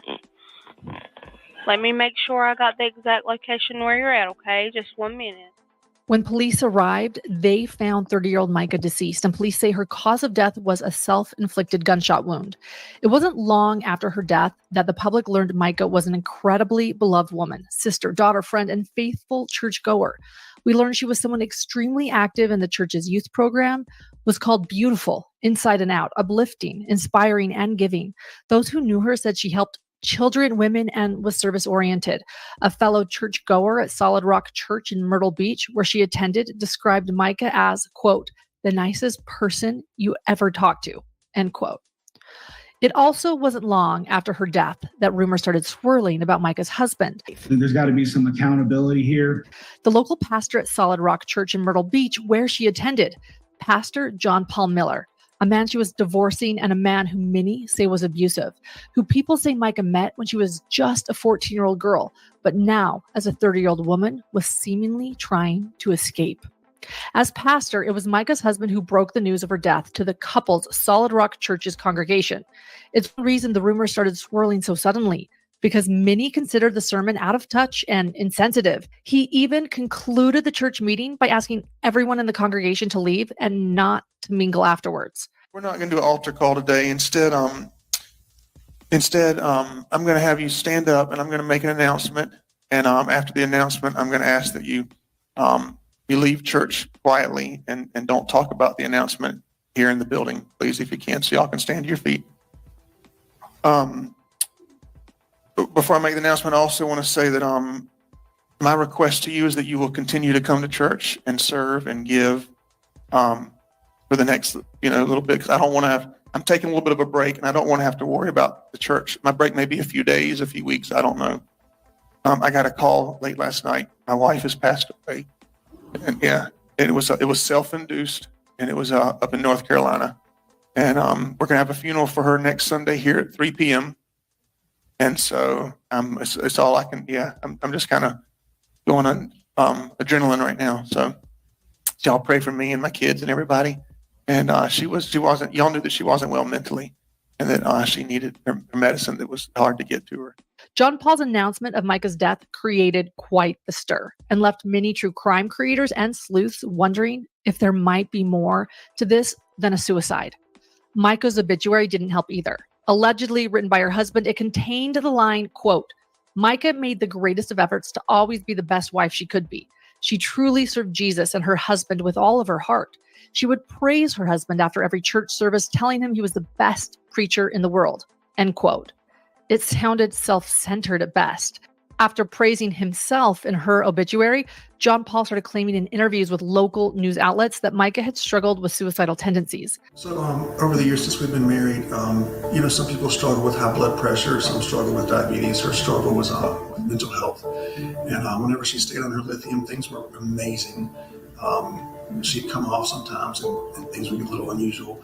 Per her doctors, they told her even just recently they had written that she was homicidal, suicidal, and she had struggled with suicide before. And each time, helped her through it, took her to her doctor, and we got through it, and everything was fine. And so this past time was still a shock, an incredible shock. But Micah's family sided with those questioning John Paul and the questions surrounding Micah's death. 1 week after Micah's body was found, her sister Sierra filed a request to be the special administrator of Micah's estate. In the filing, Sierra makes some shocking allegations, and I'll read it in full.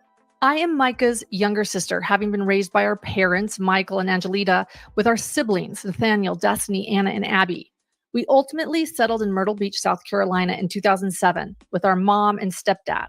I was aware of Micah's family dynamics and relationship with her husband, respondent John Paul Miller, and her stepchildren. Micah and I spoke every few days, texting daily, so much as to even create playlists together.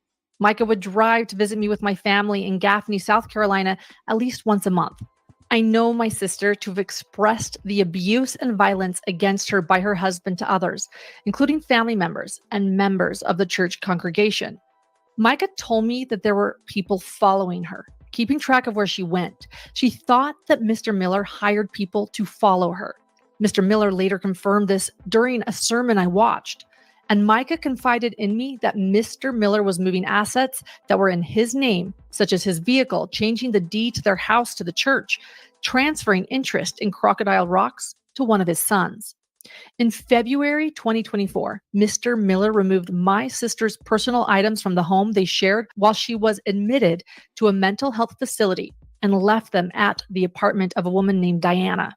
My sister was not aware that her personal possessions had been removed from her residence until she was released from the hospital.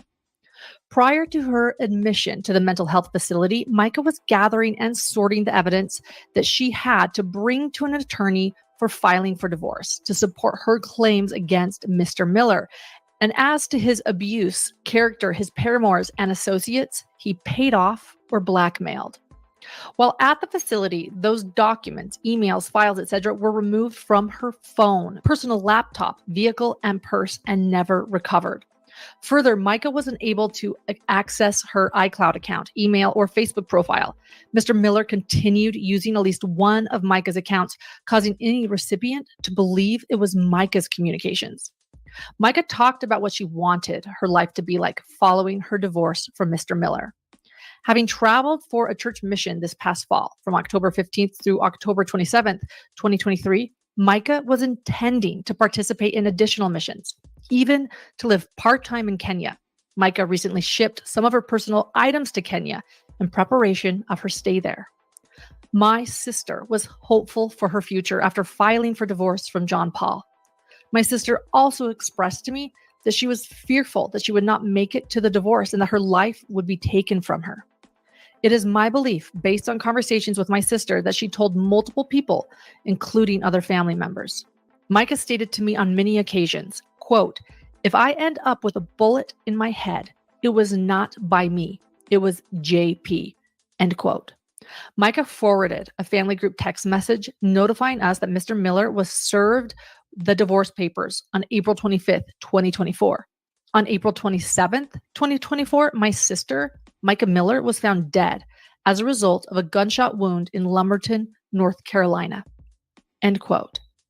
So her sister Sierra makes some shocking allegations. And yet when you delve further, the allegations are not that far-fetched. Police reports show that on March 11th, 2024, about a month before Micah's last separation filing, Micah told police her tires had been slashed at a pier in Myrtle Beach. She claimed this was the second time that her tires had been deflated that week. And police confirmed that a tire deflation device that you can buy online was sticking out of one of her tires. Later that day, when she went to repair her tires, she called police again to say a tracking device was found on her car. And she told police who she suspected was watching her. Although police say they never charged the suspect that they didn't name because they didn't have enough evidence. According to police reports, the suspect attempted to again bother Micah hours after she made the report.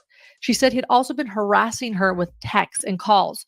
Most importantly, Micah told police that she feared for her life. So who is John Paul Miller, Micah's estranged husband and local pastor? Beyond Micah being his second marriage and the stepmother to his 5 children, we know so much more since family and friends started speaking up. And as true crime sleuths delved into Micah's life and relationship, bringing truth to the surface.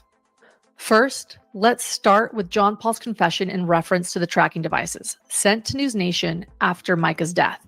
Quote, "I hired a PI to put trackers on her car to know if she was going to a gun store because she kept trying to get a gun the past few months. I never once in my life hurt her in any way, ever." End quote. And what else do we know? Well, Micah and John Paul were wed in 2017, and Micah filed not just one, but three separate support and maintenance requests beginning in 2023, meaning Micah could continue to receive court-ordered support during the separation. And get this, Micah had filed for separation from John Paul only 12 days before her death. Micah had also filed for divorce not once, but twice, that second time just days before her death, and the first time being October 2023. And in those documents, Micah claims again that John Paul cheated on her often and threatened her with locking her out of her own house, telling the church congregation through sermons about her mental health issues and throwing her belongings out of the house. Micah would stay with her sister, according to the sister, and the 911 calls made. Micah's sister said John Paul was waiting outside of Micah's house with a gun. Listen to this 911 call confirming this. I need to report a non-emergency at this point. Okay, what's going on? My sister came here today to visit because her and her husband were having issues. She came from Myrtle. She told him she'll be home on Tuesday. And he was texting me at this point saying, "I'll be at your house at 12:55. I'm armed and ready, and I will keep you up all night. I'm going to get her back." Oh, wow. And I said, "You're not welcome at my house. There are no trespassing signs up. You cannot threaten weapons." He has 6 guns he just purchased recently. And he's saying, I'm armed and ready. Micah ended up returning home. And 4 months later, in February of this year, Micah was admitted to a hospital because, according to John Paul, she was not taking her medication and having a psychotic break. John Paul allegedly had power of attorney over Micah's medical care. And during this time, Micah's divorce filings were dismissed. So this was all February 2024. And John Paul also took control of Micah's purse and car keys while she was in the hospital, while the divorce was dismissed, an action that he justified, claiming that his concern for Micah's mental state, manic episodes, impulsive spending, and he had concerns, get this, about her selling the car. Hence, he took the car keys. No, he wasn't concerned about Micah harming herself, just selling the car. Hence, he needed to take her keys. And he also claimed he was worried Micah might buy a gun to, get this, shoot him.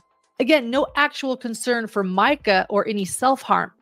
So Micah's family, they call John Paul manipulative and his claims false. They say that she never stopped taking any medications. They say her mental illness was exaggerated. And Micah's dad claims that John Paul showed him the power of attorney over Micah's care and that they weren't signed. And he suspects John Paul manipulated or even created fake power of attorney forms. So if this isn't heavy enough, we learned that Micah and John Paul met nearly a decade before they wed, when she was just 14 or 15 years old, depending on who you ask or the story people say. And she was in the church youth group, leading many to believe he groomed Micah, since John Paul would have been 28 years old when they met. And according to John Paul's ex-girlfriend in a Facebook post, this wouldn't be unfathomable. Cherish Every states, quote, "While posting updates, I am going to speak out on the Micah Miller case. I am an ex of John Paul Miller. I was 14 years old and he was 19. I was a child, but at the time I didn't see an issue. But at 19, obviously he should have. We dated for a year and I found out that he was dating his first wife, Allie, while we were together, unbeknownst to her. She later found out and he lied about it, as he continued to do about the multitude of infidelities the remainder of the marriage. This has been hard to watch and keep quiet about, but I feel it is time to be transparent about it. I attended and graduated from Grand Strand Academy, later renamed Cathedral Hall Academy, the church and school his father founded and was headmaster of, which later became Solid Rock. So I dated John Paul and dealt with a small amount of his abuse comparatively. JP also contacted me inappropriately after Allie left him due to infidelity around 2016, was not remorseful of his actions to her with others, was upset over the amount of people that left the church that hurt him financially, and was quickly shut down on my end. What I did witness with myself and my siblings as members of the church as teenagers is overall abuse from JP and his father, Dr. Wayne Miller, to others. I also visited many state parks with JP, visiting his dad because he loved state parks to reconnect with God. Myrtle Beach State Park is also where Dr. Miller was arrested with soliciting gay sex. You can look that up publicly. The fact that Micah was found in a state park only brings me back to this family. I feel I have been a coward in not speaking up and dealing with this privately with my family, but I want to say we believe that this was Micah's last and oh so important purpose, is to stop this man from continuing to hurt others and to stop him as a representative of our Lord and Savior.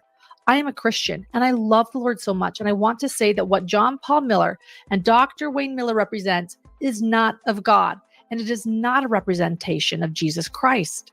God is good and pure and kind, and he would never want a man to treat his wife the way JP treated Micah. Please do not let this evil man turn you away from the church. The church of God is so beautiful and good, and this man is an evil representation of someone that took advantage of that. Do not let the devil win. Hashtag justice for Micah. Hashtag Micah Miller. End quote. Also, in a 2017 affidavit, John Paul's ex-wife, so the mother to his children, claims that John Paul admitted to her he had sex with church members and that they were under the age of 16, admitted to sleeping with prostitutes, even maybe having an addiction to prostitutes. And she claims John Paul was having an affair with Micah in 2015 when she was her children's babysitter. The ex-wife, Allie, claims that John Paul not only admitted this to her, but confessed to his entire church congregation, who recommended counseling, and that he refused, as well as refused to leave his position in the church, forcing many disheartened church members to walk away. We'll get more into these details here shortly. Don't worry. John Paul's numerous affairs seem to pan out too. And it looks like he even had a current girlfriend at the time of Micah's death. And interesting to note, the girlfriend's husband died 3 years ago from what was determined to be an accidental drowning. Husband was in a wheelchair and somehow rolled into a pool and wasn't found until it was too late. And okay, are you ready for this? John Paul conducted the late husband's funeral. A timeline of events leading to Micah's death was posted by a man named Robbie Harvey. And according to Harvey, he brings up some additional strange sermons and actions taken by John Paul. Harvey states, and I quote, "On February 4th, Pastor John Paul preaches a sermon on Korah and Moses and how it's wrong to rise against religious leaders. On February 23rd, Pastor John Paul files for spousal support. On February 25th, in another sermon to his congregation, Pastor John Paul says a mentally ill person doesn't know that they're sick. You have to trust people around you. The thing that's sick in your mind and your mind is what you need to realize, that you're sick." On March 10th, Pastor John Paul preaches a sermon and reveals that he went through 2 years of messages on his wife's phone. He found that 18 people reached out to her saying, quote, "If you ever want to talk about your husband, you can talk to me and I'll keep it confidential," end quote. Visibly upset, the pastor followed up with, "That's a demon talking," end quote. March 10th, Pastor John Paul says to his congregation, "One thing I'm going to preach about is getting rich, strong, healthy, and finding a hot wife that loves Jesus," end quote, while wearing his wedding ring. March 10th, Pastor John Paul tells his congregation that his wife was in the hospital, and as soon as she got out, she left him. In quotes, John Paul says, "She gets out and she just leaves, just completely leaves me, leaves everything, drains the bank account and just goes. Guess what? While you're talking bad about me out there, I'm building a school in Africa for over 100 kids to be able to be fed," end quote. March 12th, Pastor John Paul requests for spousal support was dismissed, and there's no explanation as to why. March 17th, Pastor John Paul tells a story of a pastor whose wife left him for a member of his staff. The pastor had hired a third-party company to find her. Once he found her, divorce papers were drawn up. When the time came to sign the papers, the pastor couldn't do it because, quote, "Bible says divorce is wrong," end quote. And if she wanted out, she would have to leave him. March 17th, in a Facebook post made by Micah's sister, Sierra Francis, she says that she kept an eye on her phone, in quotes, "for fear of my sister's safety due to other behaviors towards her," end quote. She goes on to mention the sermon from March 17th and calls out the congregation of Solid Rock Church. And on March 18th, Micah posts a video encouraging others. She says, quote, "I'm just making sure my heart doesn't have any unforgiveness, bitterness, resentment, just forgiveness and hope for the future and peace," end quote. Hey, everybody. I just want to let you know that I'm alive and well, and life's been kind of crazy the couple past weeks, months, years, but I've kind of had to keep my circle really small for the past couple weeks just because I'm going through a lot and it's hard and it's my cross to bear. It's the thing that God has put in my life to deal with, and I don't want to bring a lot of people into it. I'm so thankful to God for a strong family and the friends that God has put in my life to be there for me at this time. I just wanted to share that my heart and my prayer is that the church would stay strong, that y'all would stick together, because the church is God's people. It's not a man, it's not a person, it's not me, it's God's people, the bride of Christ. And it's a lot of really good people in the church that that I just hope would continue on, press toward the calling, run your race, stay encouraged, stay in your word, keep worshiping. Like I can't wait to worship again with everybody. But for now, I'm just worshiping with me and Jesus to God. And I don't think God would be pleased with me if I just jumped right into missions and women's events and creative directing and worship leading and stuff. I think when your world is shook up, you need to take a pause. And I can only pray that more people will take a pause and I'm trying to get my priorities straight right now. And that's making sure that my heart doesn't have any unforgiveness, bitterness, resentment, just forgiveness and hope for the future and peace. Because you can't put a price on peace from God. So thank you for all your prayers and support. Know that I have to keep my circle really, really small right now. I'm used to having a really big circle, so it's hard because I want to reach out to everybody and tell you how much I love you and I miss you. But this is the best way that I know how. So I love you all. I miss you. Thank you for your love and support over the last couple years. And some of you, up to 18 years walking with me as my friends. And for right now, I've just had to put everything on pause to get myself right. And I think God's happy with that. So keep praying for me. Thank you. And I love you. I'll be praying for you. March 22nd, Micah posts another video suggesting she was being abused physically and mentally. She also says, quote, God hates divorce, but how does God feel about abuse? End quote. She also suggests that her husband forced her to take illegal drugs. I've had a lot of women that have reached out to me about situations of abuse. And I just want to tell you what a lot of people have told me. Male or female, doesn't matter. It doesn't matter what gender you are. Abuse is abuse. And you are the bride of Christ. And my Bible says that he took all the abuse you could think of for you so that you didn't have to live that life of slavery and bondage and pain.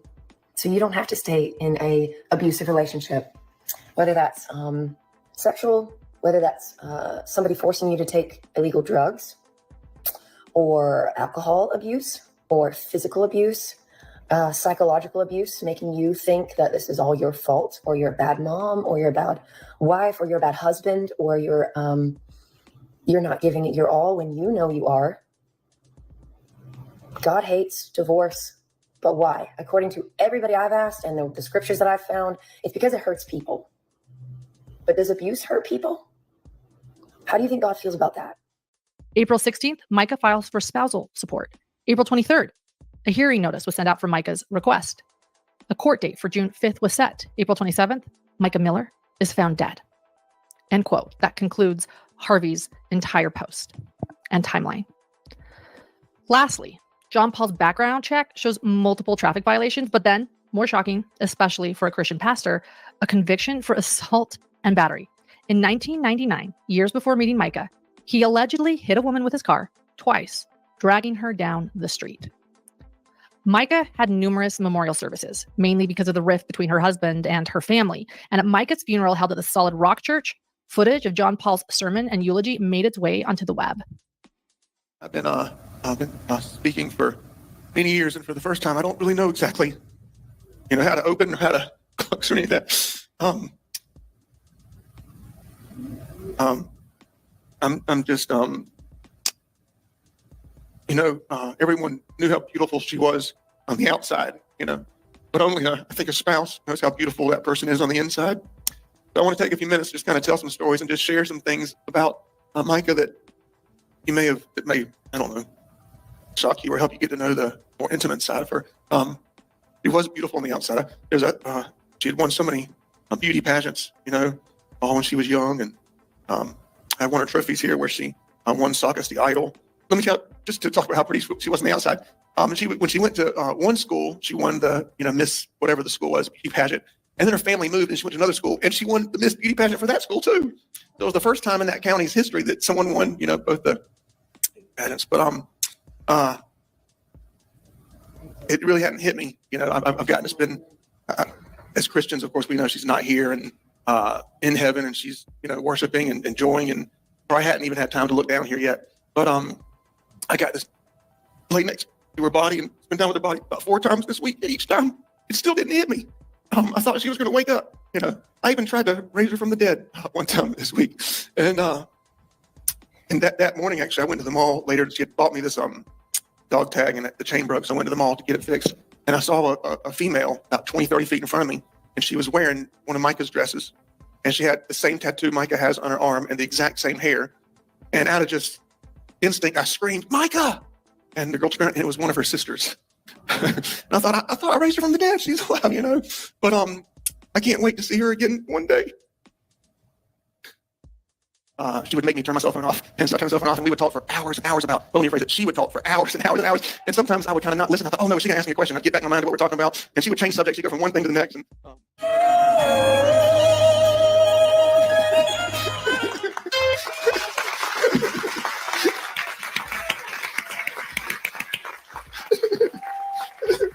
imagine being married to that. I think that we can all understand the doubt surrounding Micah's death and why Micah's family and friends have such difficulty with the investigation's conclusion and the findings of Robeson County Medical Examiner. I'm not going to judge my gut feeling. I don't agree. The young lady was energetic. She was making plans. It just doesn't sound like someone committing. It sounds like someone is getting ready to live life again, really starting her life over. And just going off what we've seen, what I witnessed, the character and how treatment and how we were treated and talked to. And I just don't believe it for a minute. You mentioned she was making plans. Like, what type of plans? From what I understand, she had an appointment to get her hair done this week. She was looking forward to moving on. She had filed paperwork and just served it 2 days prior. So not behavior of somebody who's planning to take their own life. Not if I'm thinking about. I'm not worried about court dates and paperwork or my hair. It doesn't sound that to me. So basically, his sentiments echo what the family's saying. They're asking for a deep investigation. The public also continued to doubt the self-inflicted gunshot wound. And on May 7th, police released that 911 call you heard at the beginning of this episode. Here it is again. Robeson County 911, what's the address of your emergency? Hi, are you able to trace the location of my phone? Let me see. You don't know where you're at? In National Park. What's the phone number you're calling me from? 843-655-5242. Where's the park located at? In Fair Bluff. Let's see. I have my location on, I think, on my phone.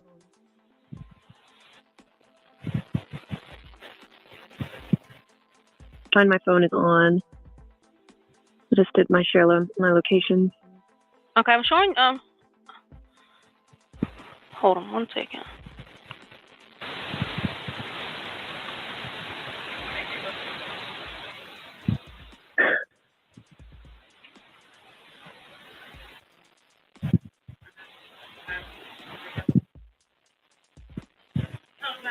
I don't think you are in Robeson County.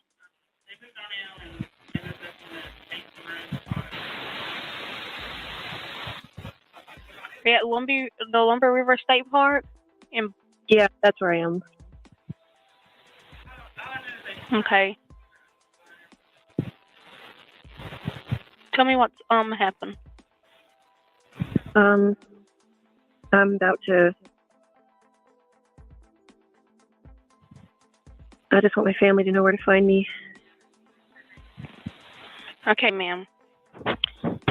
Just listen to what I'm saying, okay? Let me make sure I got the exact location where you're at, okay? Just 1 minute. The Robeson County Sheriff's Office released their own timeline of events as well, including the use of a drone to find Micah's car in the parking lot, a gun safe, and ammo left in her car, and a receipt indicating that Micah herself purchased the gun earlier that day. According to police, Micah's Ring camera captures her leaving her residence in Myrtle Beach. And just 34 minutes later, she is captured on a security camera at Dick's Pawn Shop, buying a handgun and ammunition. She spends 22 minutes at the pawn shop, leaving the store at 12:34 and is captured on South Carolina Highway 501, traveling in her Honda Accord at 1:06 p.m. So Micah arrives at a grocery and grill in South Carolina, spending only 8 minutes buying gas and a drink, leaving at 1:35 p.m.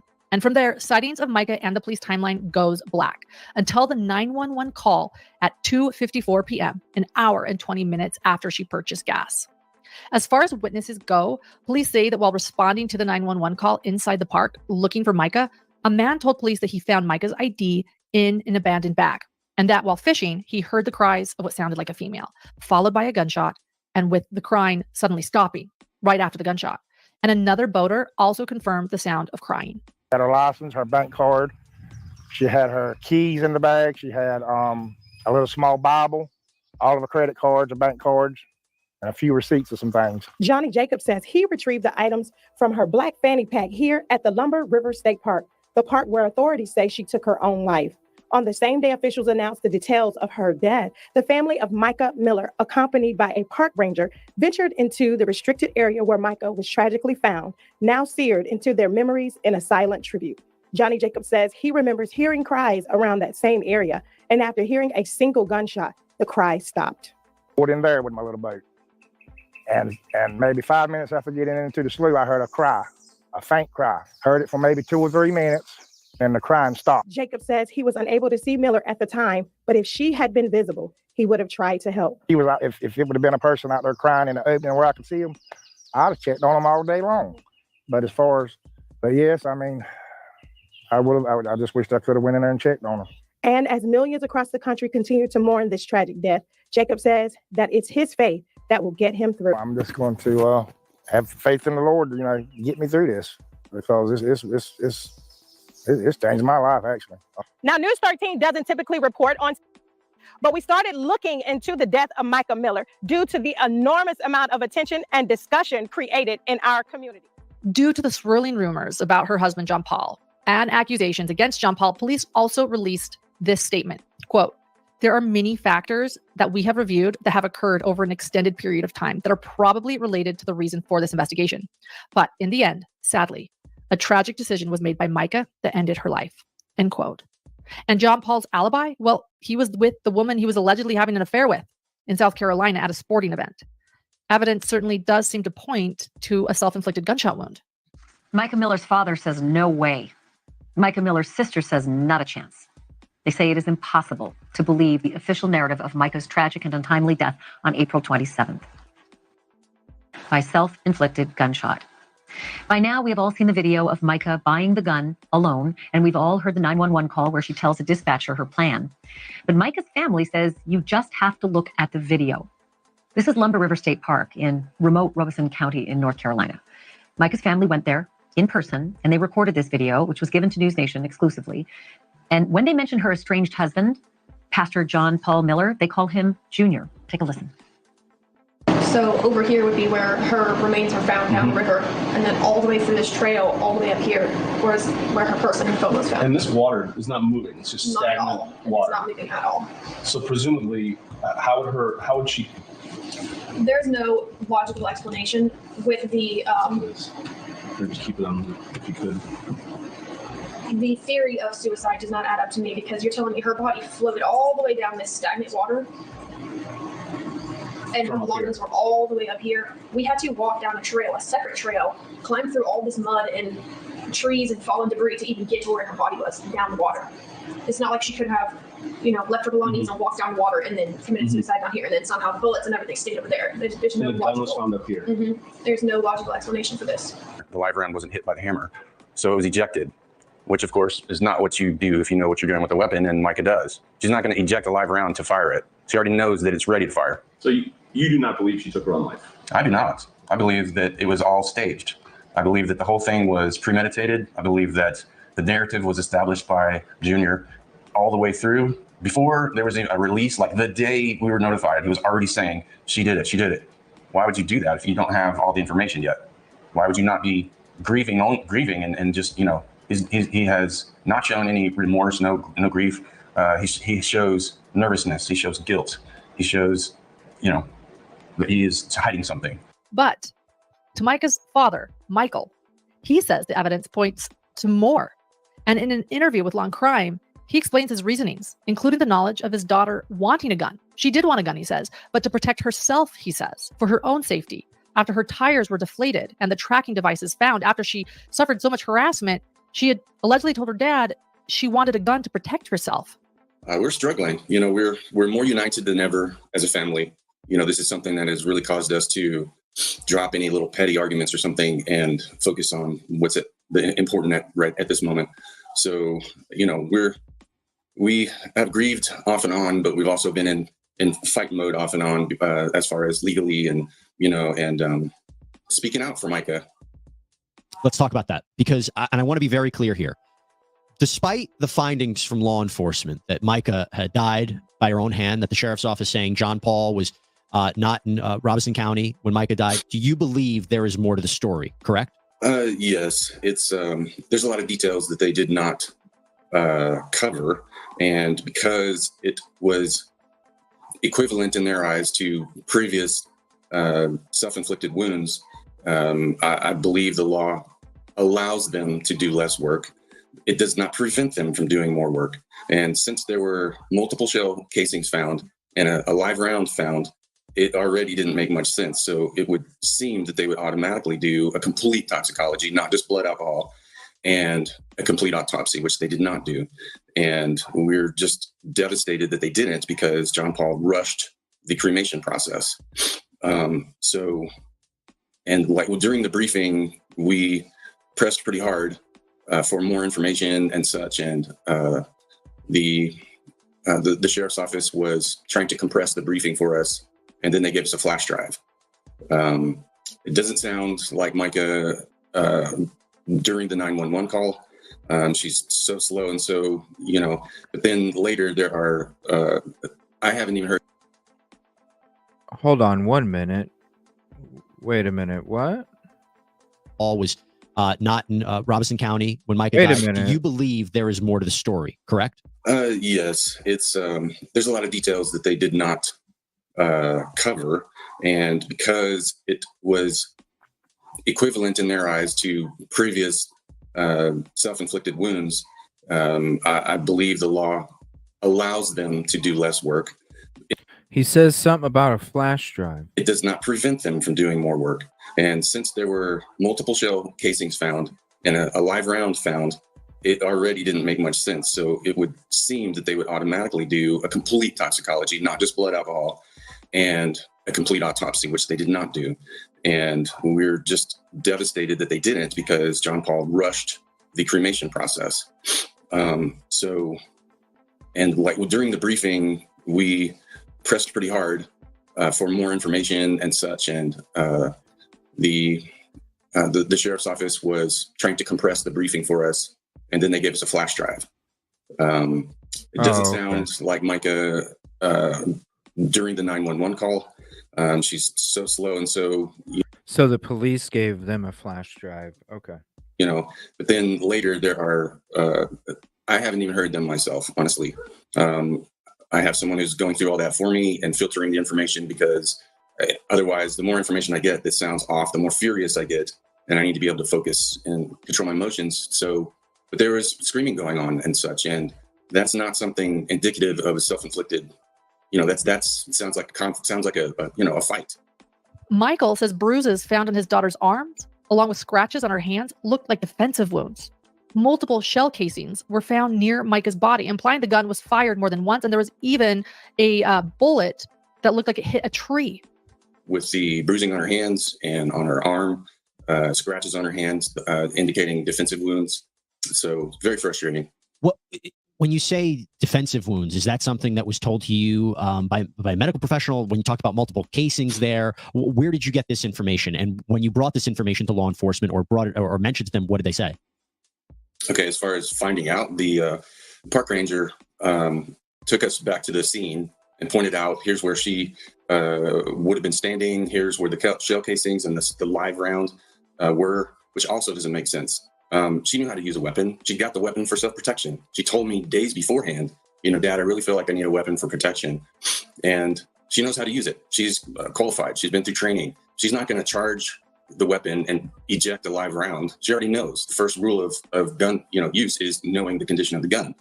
So so we got the information about the shells. I did it directly from the park ranger. And then when we brought that up to law enforcement, they just said, well, they had no answer. They really just had no answer why, any kind of, not even speculation. They didn't even say, well, she probably did this, probably did that. They just said, this is what we have.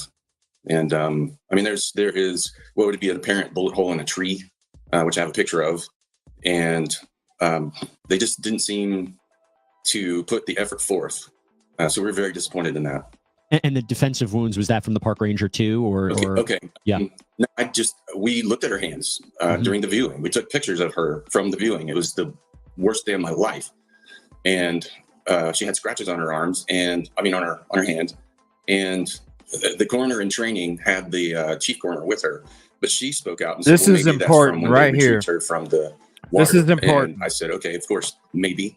Was there blood in those scratches and such? They had no answer. Very disappointing. So I basically said the scratches indicate some type of scuffle or something, because the area where she was, there was no trees or anything anyway. There was no trees in the water. There was nothing there that would have scratched her hands the way they were. Like this. So, it showed, it indicated that there was, some type of pressure. That's where the bruise was.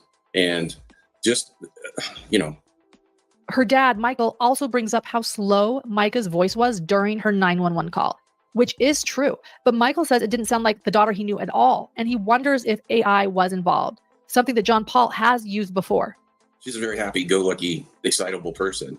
And it was too slow. It was very slow. It was metered.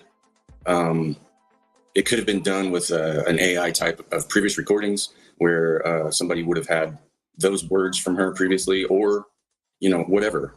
And so it just doesn't make sense that he wouldn't go up there. Do you have a theory as to what happened? Because authorities are saying, they crossed out his alibi of where he was. Do you have a theory as to what happened? And again, I know this is sensitive, so if you don't want to share it, I understand. But do you have a theory as to what you believe happened to your daughter? Okay, well, I'll share what we spoke to about with the authorities, the sheriff in North Carolina. Also, as far as with his location, we've seen pictures of his truck. It had dark windows. Was it even him in there? Where's pictures of him physically there? We haven't seen those. They've not been produced. If someone else has them, we would like to see them to prove that he was there, because otherwise it could be anybody in that truck. Micah had been tracked earlier that month. And it is possible, her dad says, that she was being tracked that day to the location that she was going, especially after she purchased the gun. So the theory would be that because she had multiple tracking devices put on her car previously, that she was followed out to the park or forced to go out to the park. And they either follow her out there, or there's no reason for her to go out there. That's the main point as well. She's never been out there. We don't go up there. It's not a family spot. And she was off the trail enough into a park ranger only area that nobody knows about. And so the theory would be that she was either tracked, and then they said, well, we didn't find a tracking device. Well, they could have removed it at the park. When the car was at the park and then it was collected by the authorities, they didn't check for a tracker, which blew my mind. They said, oh, we have all the evidence and everything. We asked them, was there a tracker on her car? And they said, well, we didn't check. And we were flabbergasted. This happened over and over during that interview. Why didn't you check that? We know that there was 3 or 4 trackers put on her vehicles. Why wouldn't you check to see if she was followed? They said, oh, there's no cameras, but we know she wasn't followed. Her car's just out here. And I said, well, there's no trackers. They said no tracker. I said, well, they could have removed it after they did the deed. So then Micah's mother, Angelita, she said, pretend this is Micah's hand. And she asked me, grab this hand. And then she pulled it up, and said, it looks like someone squeezed her hand and raised it up and shot. And there are defensive wounds from it and such. And that's the general idea of our theory, that somebody crushed her hand to hold the gun up to her head while she's fighting. Either them or someone else held her other hand or her other arm back, because there's bruising on it from squeezing. And they forced it to look like that was self-inflicted. And a couple of rounds went off during the scuffle. One ejected was live. And then it finally happened the way they would want it to happen. And then dumped her in the water. probably 40 meters away from where the shell casings in the gun was found. And how is the water he doesn't flow there, it's a submerged? slough. It's still, Right. it just sinks. It don't, And it actually don't move. flows when it sinks, when it recesses, it goes the other direction from where she was found. So her body, even if it was put in the water right there, would not have flowed the direction where she was found, it would flow the other way. So it would be possible that the incident occurred right there and the shell casings, and then the gun was dumped in the water right there. And then she was carried farther 40 meters back into a little bit more secluded area. And submerged. Micah's father's reasonings are certainly compelling, but at the very least, the evidence dug up by police, family, and sleuths points to severe abuse for years that Micah suffered at the hands of the person who should have protected her, her Christian pastor husband, John Paul Miller. One of the most recent allegations of abuse was after Micah attempted one final time to file for divorce and to start her life anew. It was April 2024, just days before her death.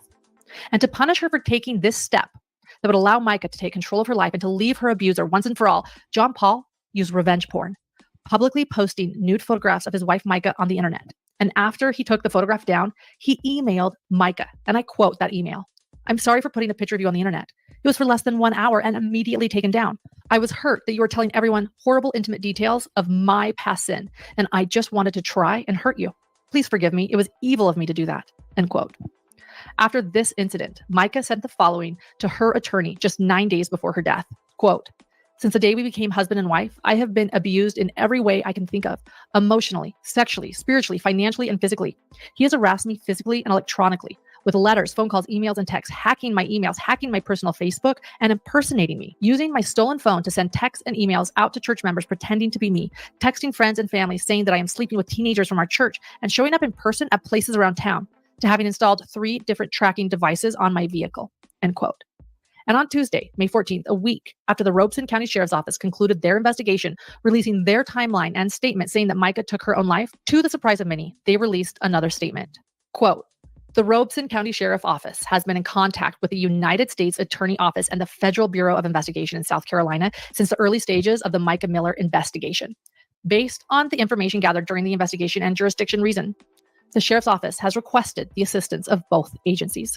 No other information will be released at this time, and anyone with information pertaining to the Miller investigation in South Carolina is asked to contact the Columbia, South Carolina FBI office." Micah's family responded, quote, "The family is grateful for everything everyone has done to help find justice for Micah. They are aware that the Robeson County Sheriff's Office released a statement about the FBI being involved. However, the family has no personal knowledge of the nature of any FBI investigation and therefore has no comment. Hashtag justice for Micah." End quote. John Paul Miller, through his attorney, released a statement, and it reads as follows, quote, "The law offices of Russell B. Long, on behalf of our client, Pastor John Paul Miller, issues this press release to clarify the circumstances surrounding the tragic passing of Micah Miller. Following the untimely death of Micah Miller, unfounded rumors and false accusations began circulating on social media and in various media outlets, suggesting Pastor Miller's involvement in her demise. This created a buzz, causing local and national media outlets to begin proliferating these falsehoods on a mammoth proportion, and our client refutes any report that suggests he ever abused his wife. Recent reports claim that Pastor Miller groomed his wife from the age of 10 years old, and it couldn't be farther from the truth. She moved to Myrtle Beach at the age of 15, was married to another man at the age of 18, and divorced at the age of 21. It has come to light that Micah Miller struggled with mental illness, specifically bipolar disorder, which, when not properly managed, led to paranoid episodes and self-destructive behavior. Again, Micah suffered from mental illness, and some reports made by her in the recent past are nonsensical. The unfortunate reality underscores the importance of destigmatizing mental health issues and ensuring those affected receive appropriate support and treatment. We wish to emphasize that after a thorough investigation by the Robeson County, North Carolina Sheriff's Office, it has been conclusively determined that Ms. Miller's death was the result of a self-inflicted gunshot wound. This finding completely exonerates Pastor Miller of any wrongdoing. These baseless claims and false reporting have caused immense distress and harm to Pastor Miller and his family and needs to stop immediately. We hereby demand that all individuals and media outlets cease and desist from perpetuating these harmful falsehoods.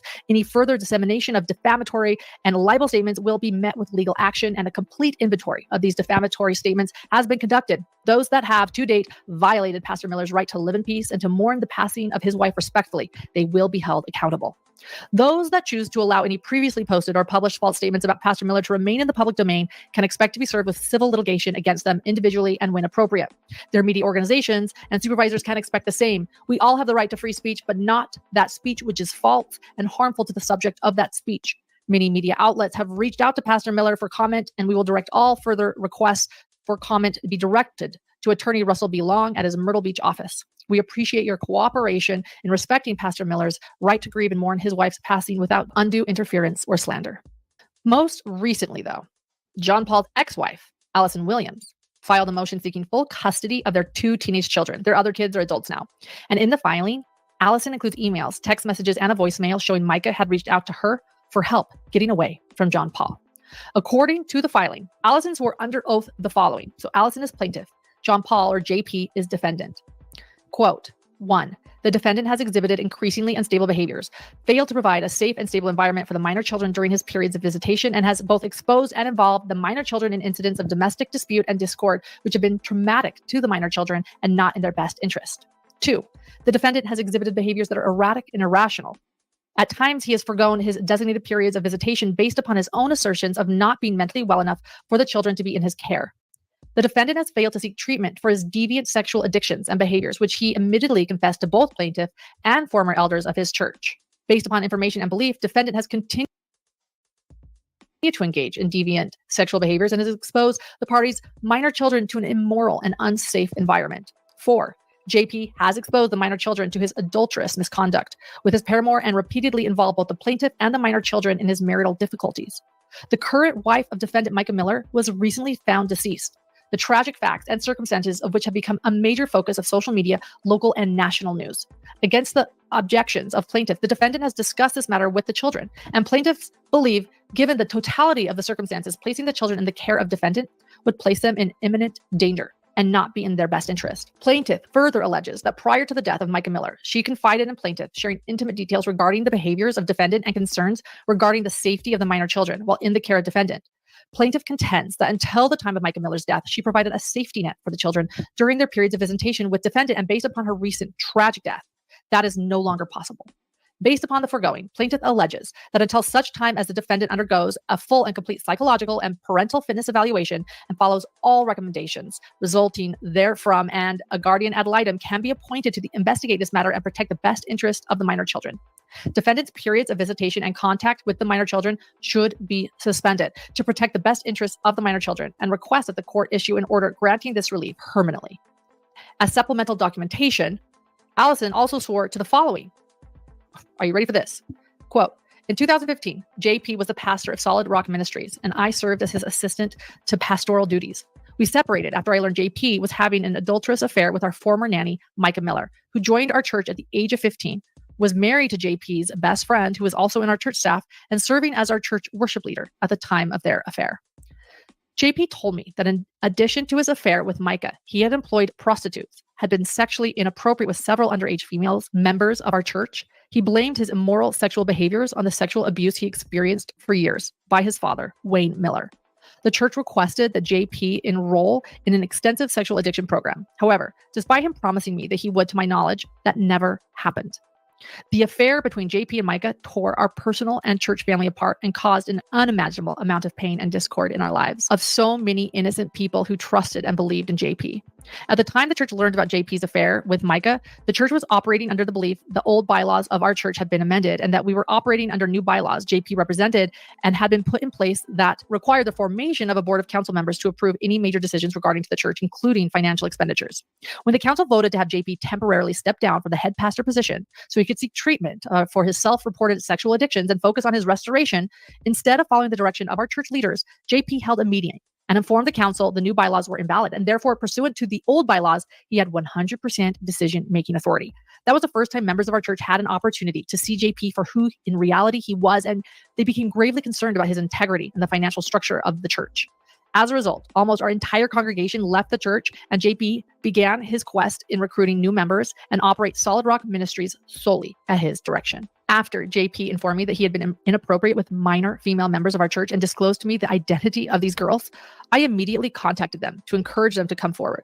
And although they each shared with me detailed accounts of what JP did to them, they were too afraid to make a police report or testify in court. This is so heartbreaking to read.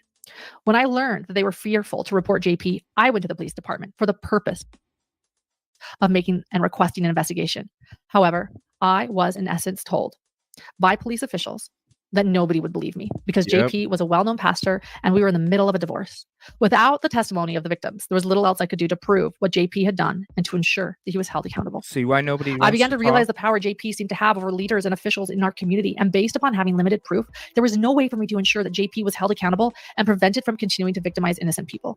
Given the circumstances, I decided the best way for me to protect our children was to reach an agreement with JP that contained terms I believed would ensure their safety and encouraged him to seek treatment. And to that end, JP had periodic periods of visitation with our children. However, we agreed JP's visitation with our daughter, who was subject to this action, would be restricted to solely daytime periods of visitation. See? Following my divorce from JP, he then married Micah Miller. And prior to my knowledge of JP's sexual relationship with Micah during our marriage, both she and her husband at the time, Jeremy, became very close to our family. Micah did not have a close relationship with her mother, and to some degree, I took her under my wing as an older daughter. I taught her to drive. I took her to get her driver's license. I allowed her to care for our children, shared family meal times together in our home, provided her guidance and advice as she began working in the church. Despite the initial destruction caused by JP's infidelity for several years, there was a part of me that was relieved to know that Micah would be present in the home when JP had periods of visitation with our children, and I viewed her as a safety net for my children. Although our children continue to struggle with the anger and disappointment they felt toward their father, often refusing to share visitation periods with him, for a couple of years, things appear to not be quite as tumultuous. But in 2021 to 22, things gradually began to change to the detriment of our children and have escalated to the severity of where things are today. JP and Micah began having severe marital difficulties, and our children were placed directly in the middle of this discord. JP would preach sermons on the Sundays our children were with him and present in the congregation, disparaging Micah and indicating that she had mental health issues and eventually putting her in a mental hospital. The children were subjected to JP calling Micah crazy one day, and then her being back in the home at their next visit with their father, assuring them that she was fine. They never knew what to expect, and the intense unpredictability and marital discord between JP and Micah negatively impacted them all. On one occasion, while picking up our daughter, I observed holes in their walls, hinges off their doors, and pieces of paper taped to the wall with negative affirmations about Micah. JP told me and our children that Micah was delusional and speaking different languages and seeing things that were not there. JP agreed that it was not safe for our children to be in his home, and for periods at my request did not insist that they stay with him overnight. He would pick them up from school and bring them home after taking them to dinner.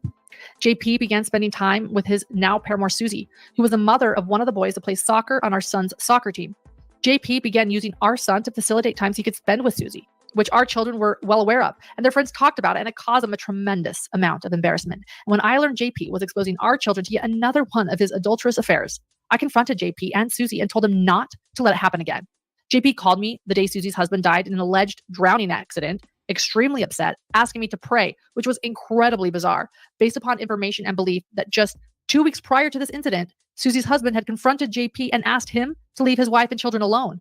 It is chilling to know that the spouses of both Susie and JP are now dead from tragic events. It was around this time JP's mental health seemed to be really spiraling out of control, and he began acting even more bizarre. He informed me that he was getting into buying guns and shooting and had purchased a gun safe for his home. As a convicted felon, he is not allowed to have weapons. However, he managed to get a police chief from the church to assist with expunging his record. Further, he was given a special police badge that says pastor to utilize if he ever gets pulled over, so they will let him go. With a constant discord between JP and Micah and JP's own self-reported mental health struggles, the thought of JP having access to guns in his home terrified me for the safety of our children. It was about this time that JP began declining to pick up our children for visitation, informing me that his mental health was not well enough for him to share time with them. Of course, given the circumstances, I would have refused to let them go. However, having it be JP's idea made it far easier and safer and prevented the necessity of filing a legal action with the court. One evening, JP informed me that Micah had a breakdown and was on her way to my house and requested me to hold her when she arrived because he had police coming. It was my understanding that Micah was trying to get away from JP because he was trying to have her committed again. Our children were at home and once again subjected to this severe discord. Micah began calling me for advice on how to free herself from JP and for guidance as to counselors and people to assist her. I prayed with Micah and did all I could to provide her with sound advice and guidance. Micah shared information with me about the things my children were exposed to while in the care of JP, and she warned me that my children were in danger while in JP's care. I have several recordings and text messages that verify this information, and it causes me tremendous concern about the safety and welfare of our children while in the care of JP, especially now that Micah is no longer present. I was married to JP for 16 years. Although my story and what I lived through with JP is different in some ways, many of the details shared with me by Micah are so similar to my own experiences with JP that I know she was being truthful. Based upon information and belief, JP's mental health and deviant sexual addictions have only worsened since the time we were married, and I do not believe our children are safe in his care. Since Micah's death, I have requested that JP not see our children. Initially, I was okay with phone calls and text messages. However, when recently texting with them, JP has inappropriately discussed the current state of events with them, sharing his plans of suing everyone and being a millionaire. Our children do not need to be subjected to any discussion about this current situation, as I am doing all I can to prevent them from being exposed to this massive social media and national coverage. For their privacy and protection, I have refrained from making any public statements or comments. Our children are highly upset and do not wish to have contact with their father, which at this time I strongly believe is in their best interest. My goal is not to keep our children from their father permanently, but until such time as he can undergo adequate psychological testing, follow all recommendations to ensure his mental stability, and ensure contact with their father is in their best interest. Currently, JP is being threatened and followed on social media by people from all over the world. Placing our children in that situation and subjecting them to social media coverage or involvement is simply not in their best interest. End quote. Well, the judge granted Allison's emergency request, citing the, quote, imminent risk and threat of harm, end quote, for the children.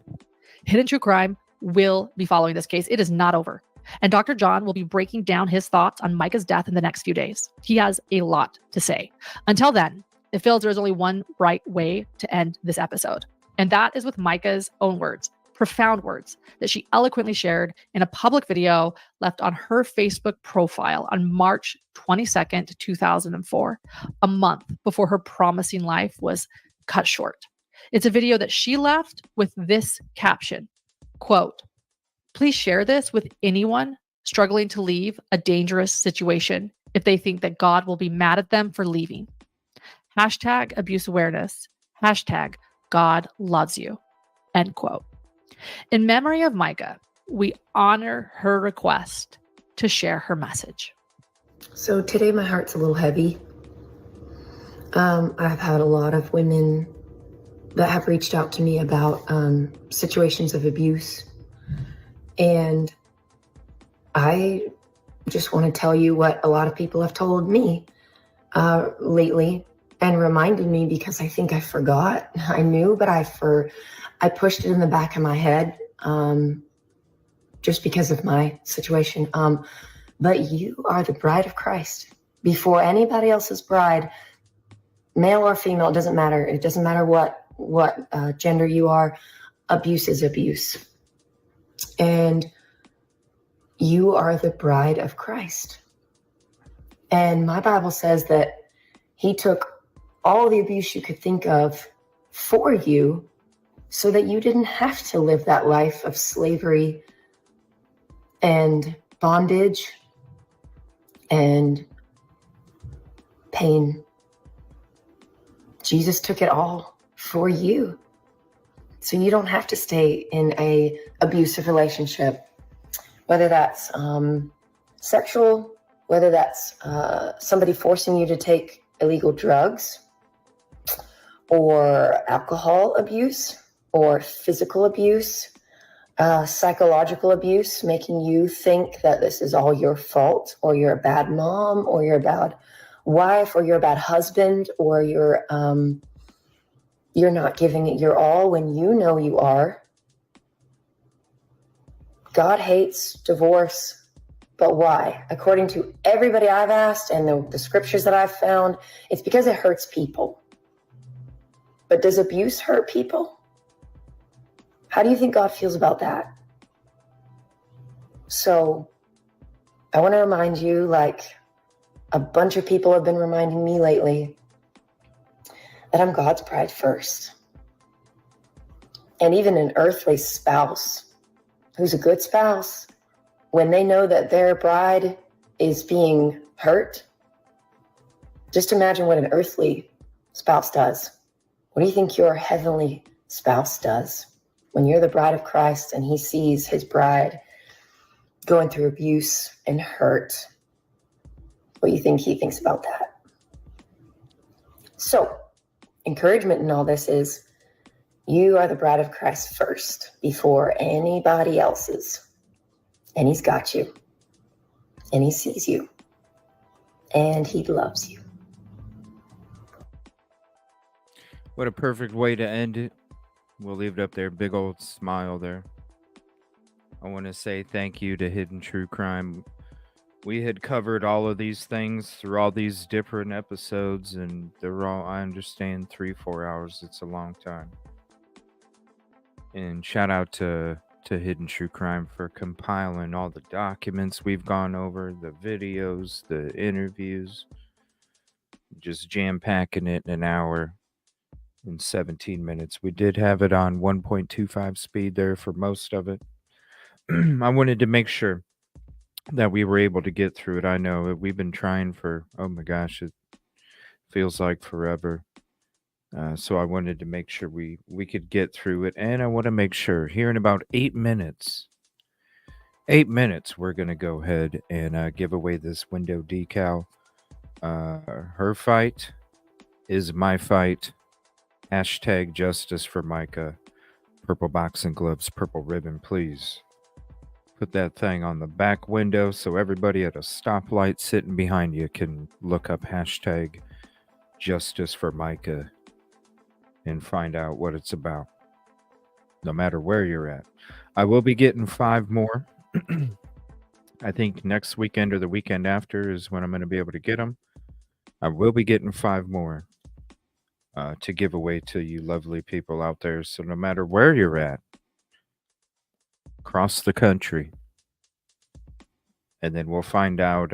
It's one of the protesters that makes them, and we'll find out. If there's a way that she can order them. If not, I think I might be able to, because I think my Cricut will actually make these. I'll have to see, and then we can donate whatever comes from it to the family. I'll have to check into it. I'll have to see, because it's not a sticker, it's just decal. I think I might be able to. All right, so Nana Rough Rider, again, if I don't hear from you, we're going to put the email out there, and this will be for the current winner too. Let me know the details, and we'll get it in the mail. So do me a favor. It was yesterday morning. We hadn't heard anything tonight, so I'll go ahead and wait one more night. And if we don't hear anything from the last winner, then we'll go ahead and give this bracelet away on the next show. So we're going to get into Robbie Harvey video real quick. And this is about the text to evil. Now I'm going to play back this at 1.25. And then that way we can go ahead and get through this one real quick. And then after the video's done, we'll do the giveaway. So here's the text to evil, Robbie Harvey. There's new information in a threatening text message that was sent to a potential witness in a John Paul Miller case a few weeks ago. But first, take a look at this check. As many of you know, this check was written and sent to an informant allegedly hired by John Paul Miller to dig up dirt on anyone speaking out against him. There's the check right there. This stuff's real. This stuff is real. Shout out Robbie Harvey. And Solid Rock Church. In an alleged text message exchange between John Paul Miller and the informant, he's looking to dig up information on people like myself who is... Well, SOC Rebel, I understand, because I've been saying it from the beginning. When you look at the dad's history, it's the same gender, and you think about the age and you go, well, if he liked doing that, then why, you look, it's like I've been telling people, monsters just don't happen overnight. They're made that way. They're crafted and they're molded. You know what I'm saying? So you go back to the beginning shows of us covering it. I'm sitting there saying, yo, what do you think his dad did to him? You know what I mean? This doesn't excuse JP, because the cycle's got to stop somewhere. The cycle's got to stop somewhere.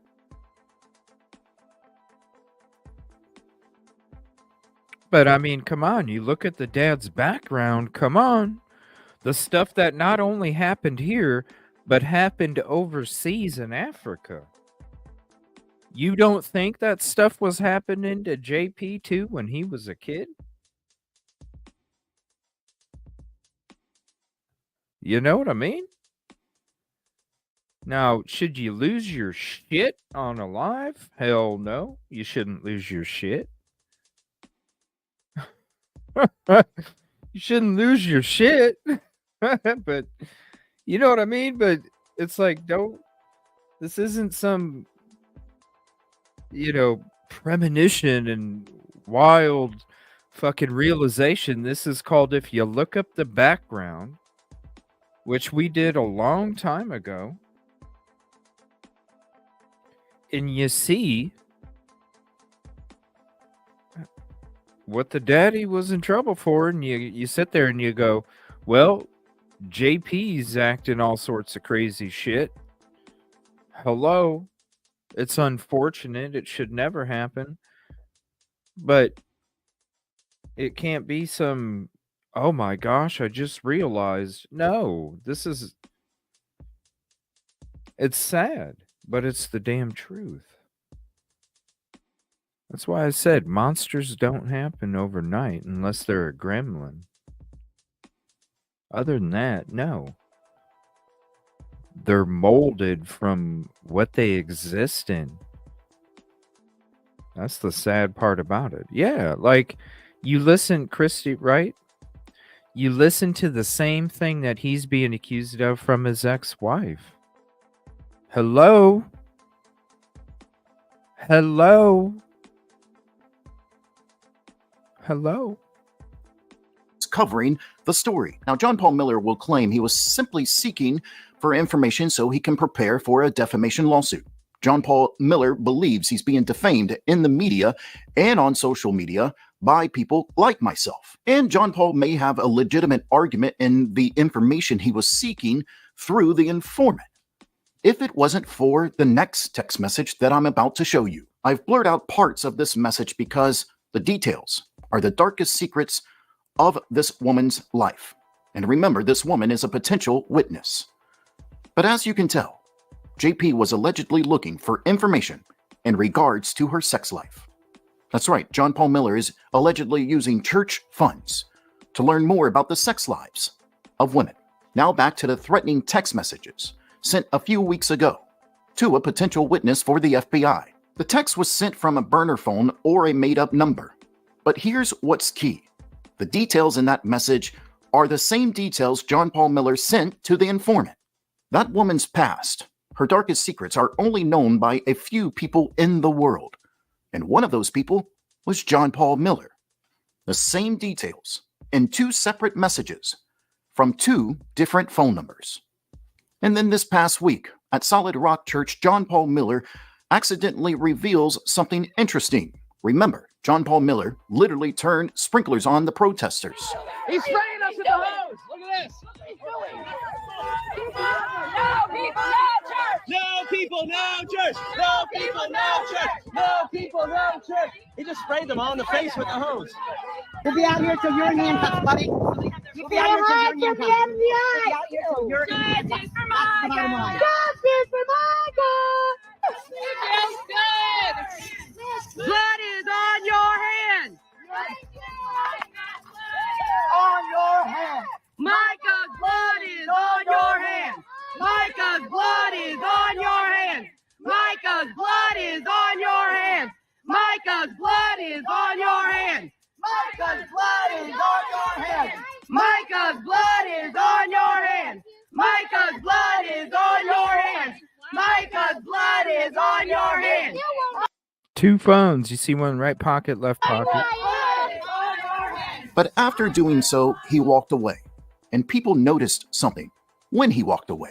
Take a look. John Paul Miller reaches in his back right pocket, and it looks like he pulls out a phone.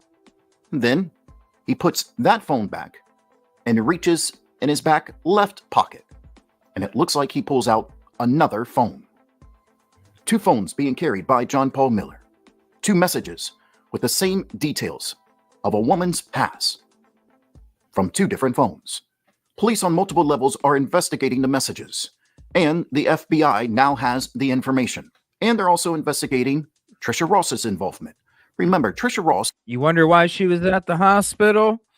It's not because the protesters are vicious pagans and demons and devils. It's because pressure's getting high.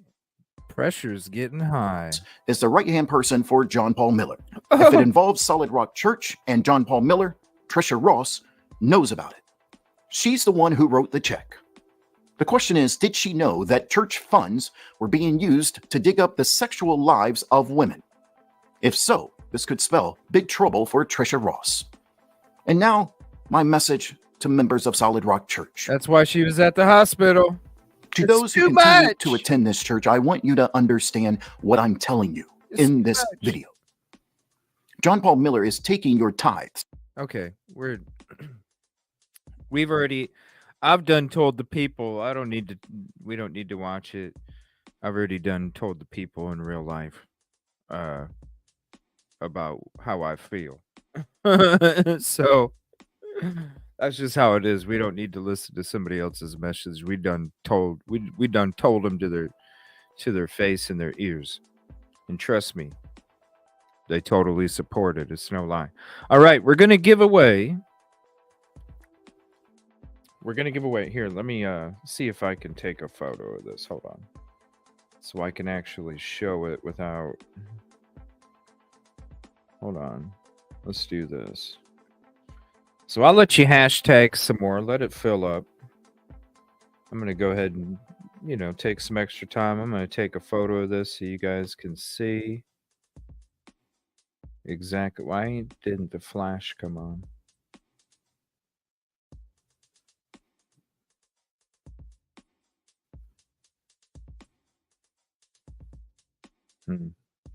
That might have made it worse. Let's see. Yeah, this one's the best one. We'll go ahead and do that. All right.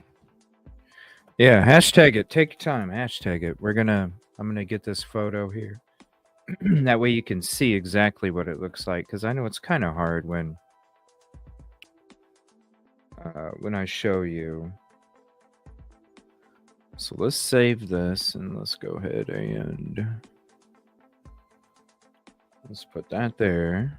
All right, now let's edit it real quick. We're just taking our time so you can hashtag justice for Micah like crazy. All right, where is...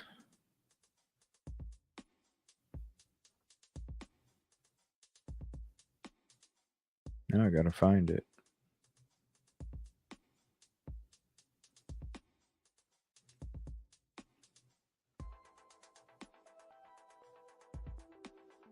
There it is. All right, and after this, we're gonna watch an episode with Jennifer Coffindaffer talking about this. All right, so let's go ahead and...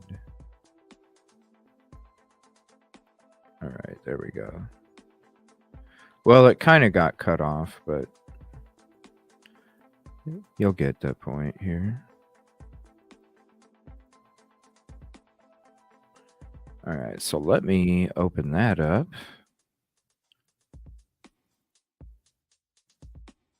Got cut off a little bit, but that's okay.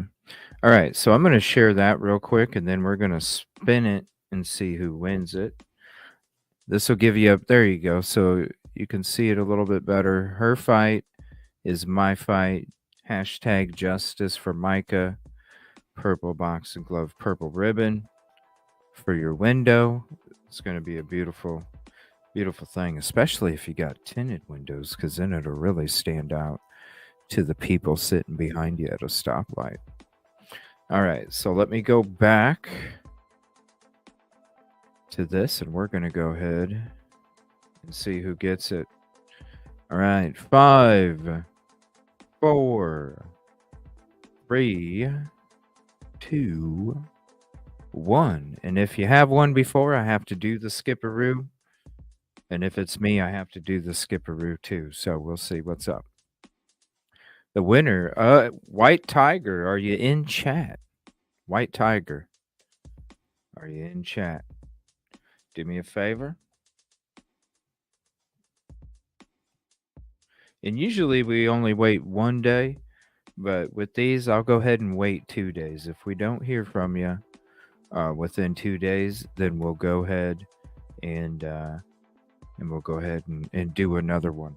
So I want to say thank you all for participating, for your support, for bringing awareness to it. And if you don't mind, please put this thing on your back window. We will be getting 5 more to give away for you guys here soon. Is it an Yes. No, it's one that you put on the outside. It's one that you put on the outside.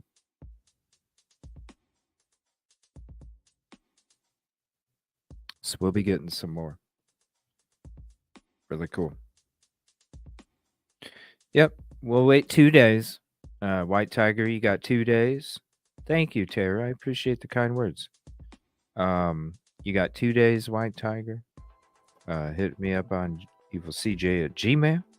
And, you got to put it on the back somewhere. People sitting at a stoplight. One more night, and we'll see if we don't get reached out for the wristband. We'll be giving that away on the next show. All right, so we're going to get to this episode. This is where Jennifer Coffindaffer hopped on Hidden Killers with Tony Bruschi, True Crime. We haven't really checked his channel out that much, but I want to hear what Jennifer Coffindaffer has to say about this case. Now, Idaho 4, I'm sorry. But with this and some other ones, she's, I do appreciate it. Idaho 4, we just don't see eye to eye, but it's okay. Micah Miller. She was a 30-year-old preacher's wife who wanted out. In fact, filed for divorce. And 2 days later, found dead in the woods with a self-inflicted gunshot wound to the head. However, there was more than one spent shell casing there, including an unspent shell casing there, which does seem a little bit bizarre. Right. When you're talking about a suicide. But that's what happened. There's accusations that have been flying on social media and all over the place, media outlets as well, talking about her husband, John Paul Miller, as maybe being involved in some way, shape, or form. He's not been charged with anything and vehemently denies any accusations that connect him to the death. Can't say crime because it's not been deemed that yet, but they are looking into it. Of Micah Miller. Joining me to discuss, Jennifer Coffindaffer, retired FBI special agent. This is just a weird one. We have mental illness involved. We have a very over-the-top, charismatic, and I'm going to say narcissistic type preacher involved who seems to like to put his face on anything and everything and talk about how hot his dead wife is. That seems to be the main point. She's hot and that she's mentally ill over and over and over. There's lots of accusations from family members and even Micah herself, in her own words, talking about escaping abuse. What are your thoughts on this hot mess that is this case? Well, I think she was definitely abused. And when you look at how they met, I think she was 14 years old or something. Yeah. And just the whole inception of their relationship, I think, is very questionable to begin with. He was quite her senior. And I think the whole relationship was horrible from everything I've read and seen. She was abused. There's, the scene in the gas station. I appreciate you. Parking lot. There's her own writings. There's the testimony from her loved ones that said she was trying to escape. Of course, she was filing for divorce, and he clearly, was having extramarital affairs. And I thought it was most interesting ever since where he came out and said, "I am going to show you that somebody was involved in her death."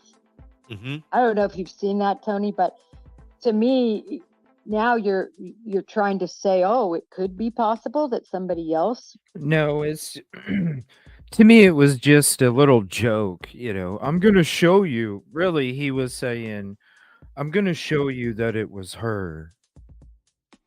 It wasn't like, I'm going to show you who's responsible. Like I can solve the crime. No, it's just a immature way of trying to like make fun of the situation. It was a disrespectful move from him against Micah. Talking about it like that. It's just horrible wording. Was involved in her death, but oh, by the way, it wasn't me. He said he has And 350 pieces of evidence that he's going to slowly release on social media, which just, again, seems very bizarre to do if you have evidence of someone being involved or something in the demise of your wife, that you're going to kind of make it a social media event and stay tuned. But he likes the spotlight. You can tell that. And he seems to have an answer for anything and everything that is coming his way.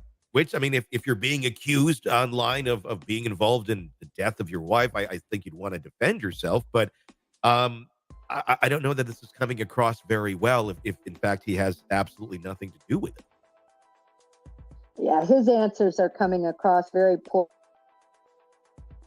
He comes across to me, I can't believe a word out of his mouth, because none of it really makes any sense. And I wondered if we might be dealing here with somebody who was actually assisted. When I say assisted, there was a recent case where a girl, she was only 17, they ruled manslaughter. She was convicted of manslaughter because she sort of enticed her boyfriend to kill himself.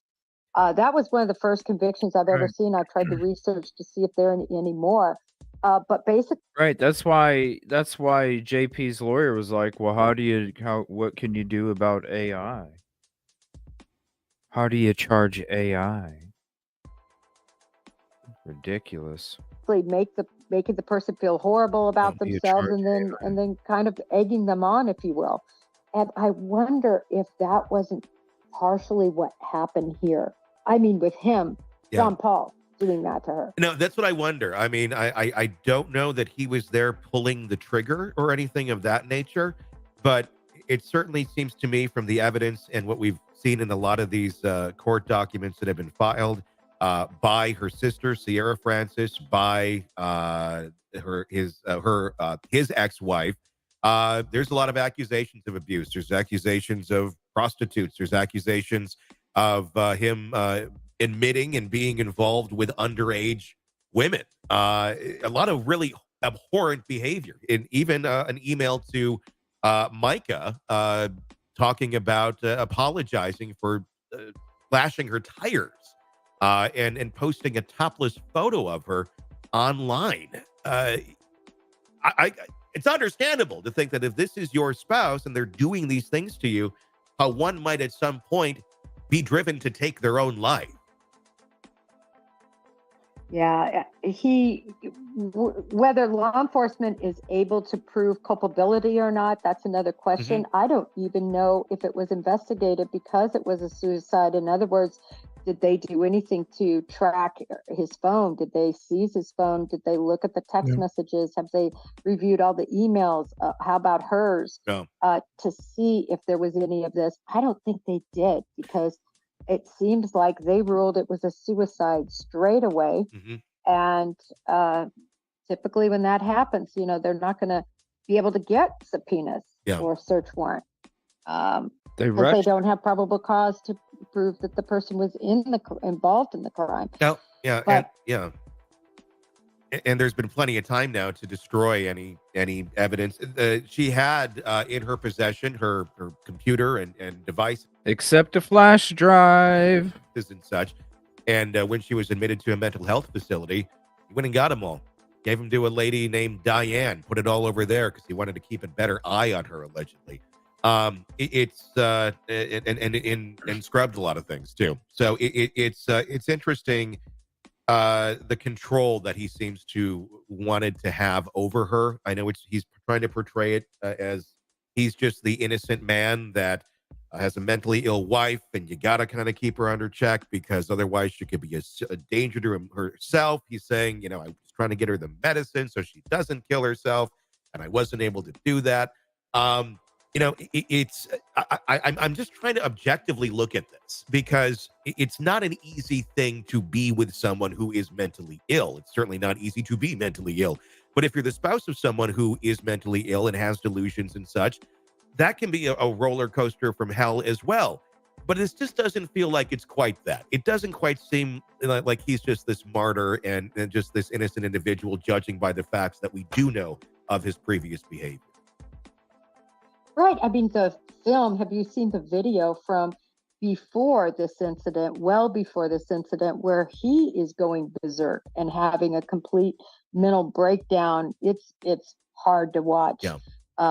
But it clearly shows to me who was really mentally ill, perhaps, and who was trying to be controlling, expressing and showing narcissistic type actions, and really just in such an abusive type role. In my opinion, that's what I've seen. When you really add it all up, it doesn't add up to her being mentally ill. It adds up to him being an abuser. Yeah, well, and he's. Oh, I'm not saying I know that she has one. I'm saying I'll have to. You'll have to watch the video and see where I'm coming from. Admitted to it as well that he's had mental health problems, takes lithium and such, which is the drug that you take for bipolar. But again, it's a lot of she's mentally ill, and I had to do this. Here's one of his videos talking about answering questions online, which again I find this all very bizarre, about why he preached the day after he found out his wife had died. Take a look. Hey everyone, tonight we will deal with the fact that I preached the day after my wife passed and the announcement that I made. Before that, I just want to talk about the tattoo from the other night. The tattoo that I have her signature, it was gotten back in January with her. She wanted a very, very thick wedding band tattooed on her wedding finger, so that when she was working out or we were on vacation, when she didn't have a ring, she'd let everybody know she was still married. That is not something that someone who's being abused does. But I want to pause that right there. That's not something that someone who's being abused does. Telling everybody right there that's if you're being abused, you're not. Actually, it's kind of a sign that you might be being abused. Right. That your partner really wants to make sure that everyone knows you are taken. So we're going to physically alter your body to make sure that that's well known. Tattoo a ring too. It just doesn't. Add, it don't. You know. I agree, Tony. I totally agree. It's so weird. Let's listen to more. She wanted that tattoo and she wanted me to get her signature. So I showed up and did it. The reason I preached the day after she passed, the night before that midnight, I had 5 people at my house telling me not to preach and I would be crazy for doing it.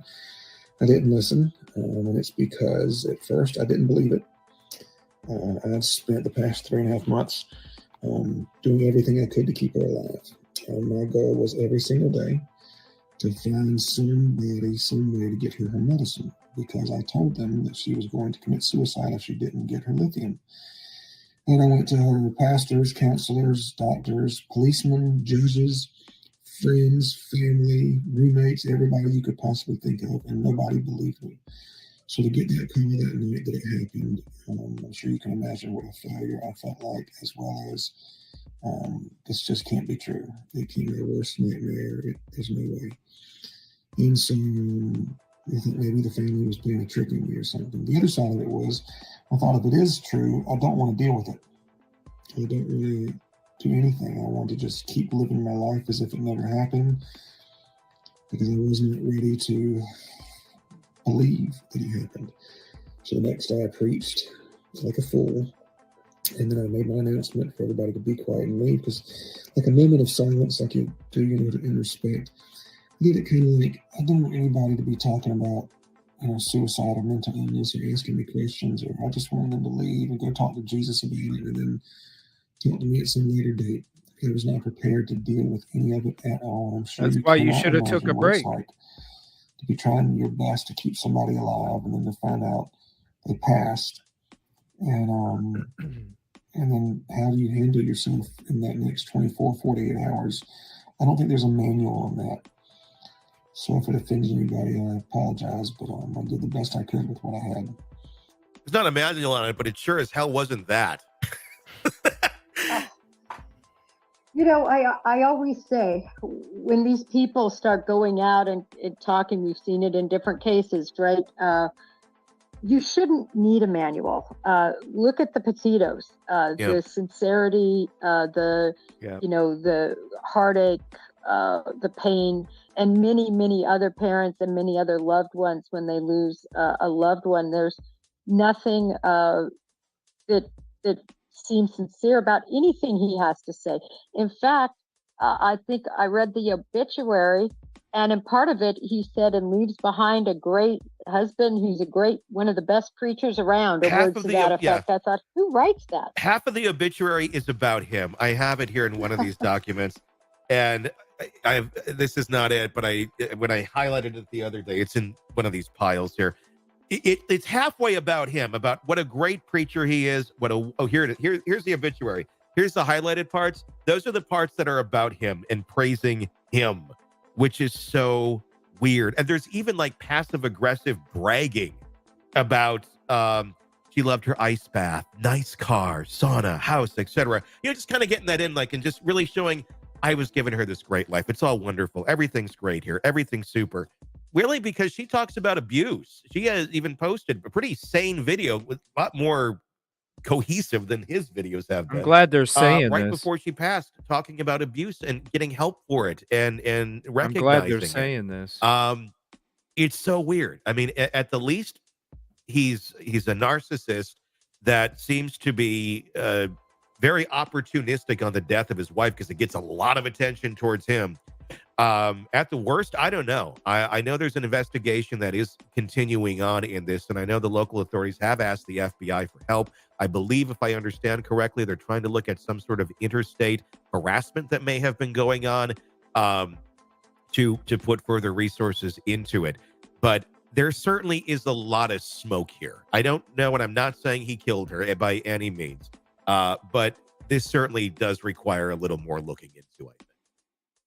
Well, yeah, and I think financially and fiscally, he could be in trouble for what might have been going on at his church. Yeah. That was supposed to be a nonprofit, and I think that there's some investigation going on in that vein, and that's going What do to you be think Micah was very going to important expose? because charges like, if they come, tax evasion, money laundering, they carry real teeth, Tony. And that's probably going to be the best opportunity if, in fact, he's committed these types of crimes and violations, that he actually has to pay the piper. Yeah, it's going to be very interesting to continue watching. It's just it's one of those cases where it's hard to wrap your mind around. When I first started doing interviews on it yesterday, I didn't even know where to begin because there's just so many tentacles to this thing that are weird. And it just doesn't add up. And his behavior continues. He continues to post online and keeps saying, stay tuned so you can see more of the evidence he's got. Freaking weird. Well, but we'll keep an eye on it. He's becoming one of the most unliked people in the true crime community. I think we could make him the poster boy for it at this point. I agree. Hey, thanks for checking out the video. Oh, that ended weird. Damn. I'm glad both of them were saying that, because at least there's especially Coffin Daffer. Here's the link to the video. Definitely go like to all the ones we shared tonight. I've been dropping the links in there for you. Go leave a heart or a trophy. Show some support on these other channels as well for all their hard work. I'm glad they're saying it, especially Coffin Daffer. I appreciate her saying that stuff. Especially as a retired FBI agent. You know what I mean? You know why the FBI started looking into things right after. There's a reason for it. I want to say thank you all for hanging out tonight. I appreciate you very much. I shall be on in the morning, not sure what time. And then we're going to try and be back tomorrow night. We got another trip coming up here in a few days. We'll need to get ready for that too. So I hope you all have a peaceful, positive evening. I'm going to end the show with these QR codes as well. So if you missed them at the beginning, you can check them out at the end. And any show that we do start, we do go through the QR codes if you need to take screenshots or scan the code. I appreciate you guys, your support. Please hit the like if you haven't yet. It is the free way.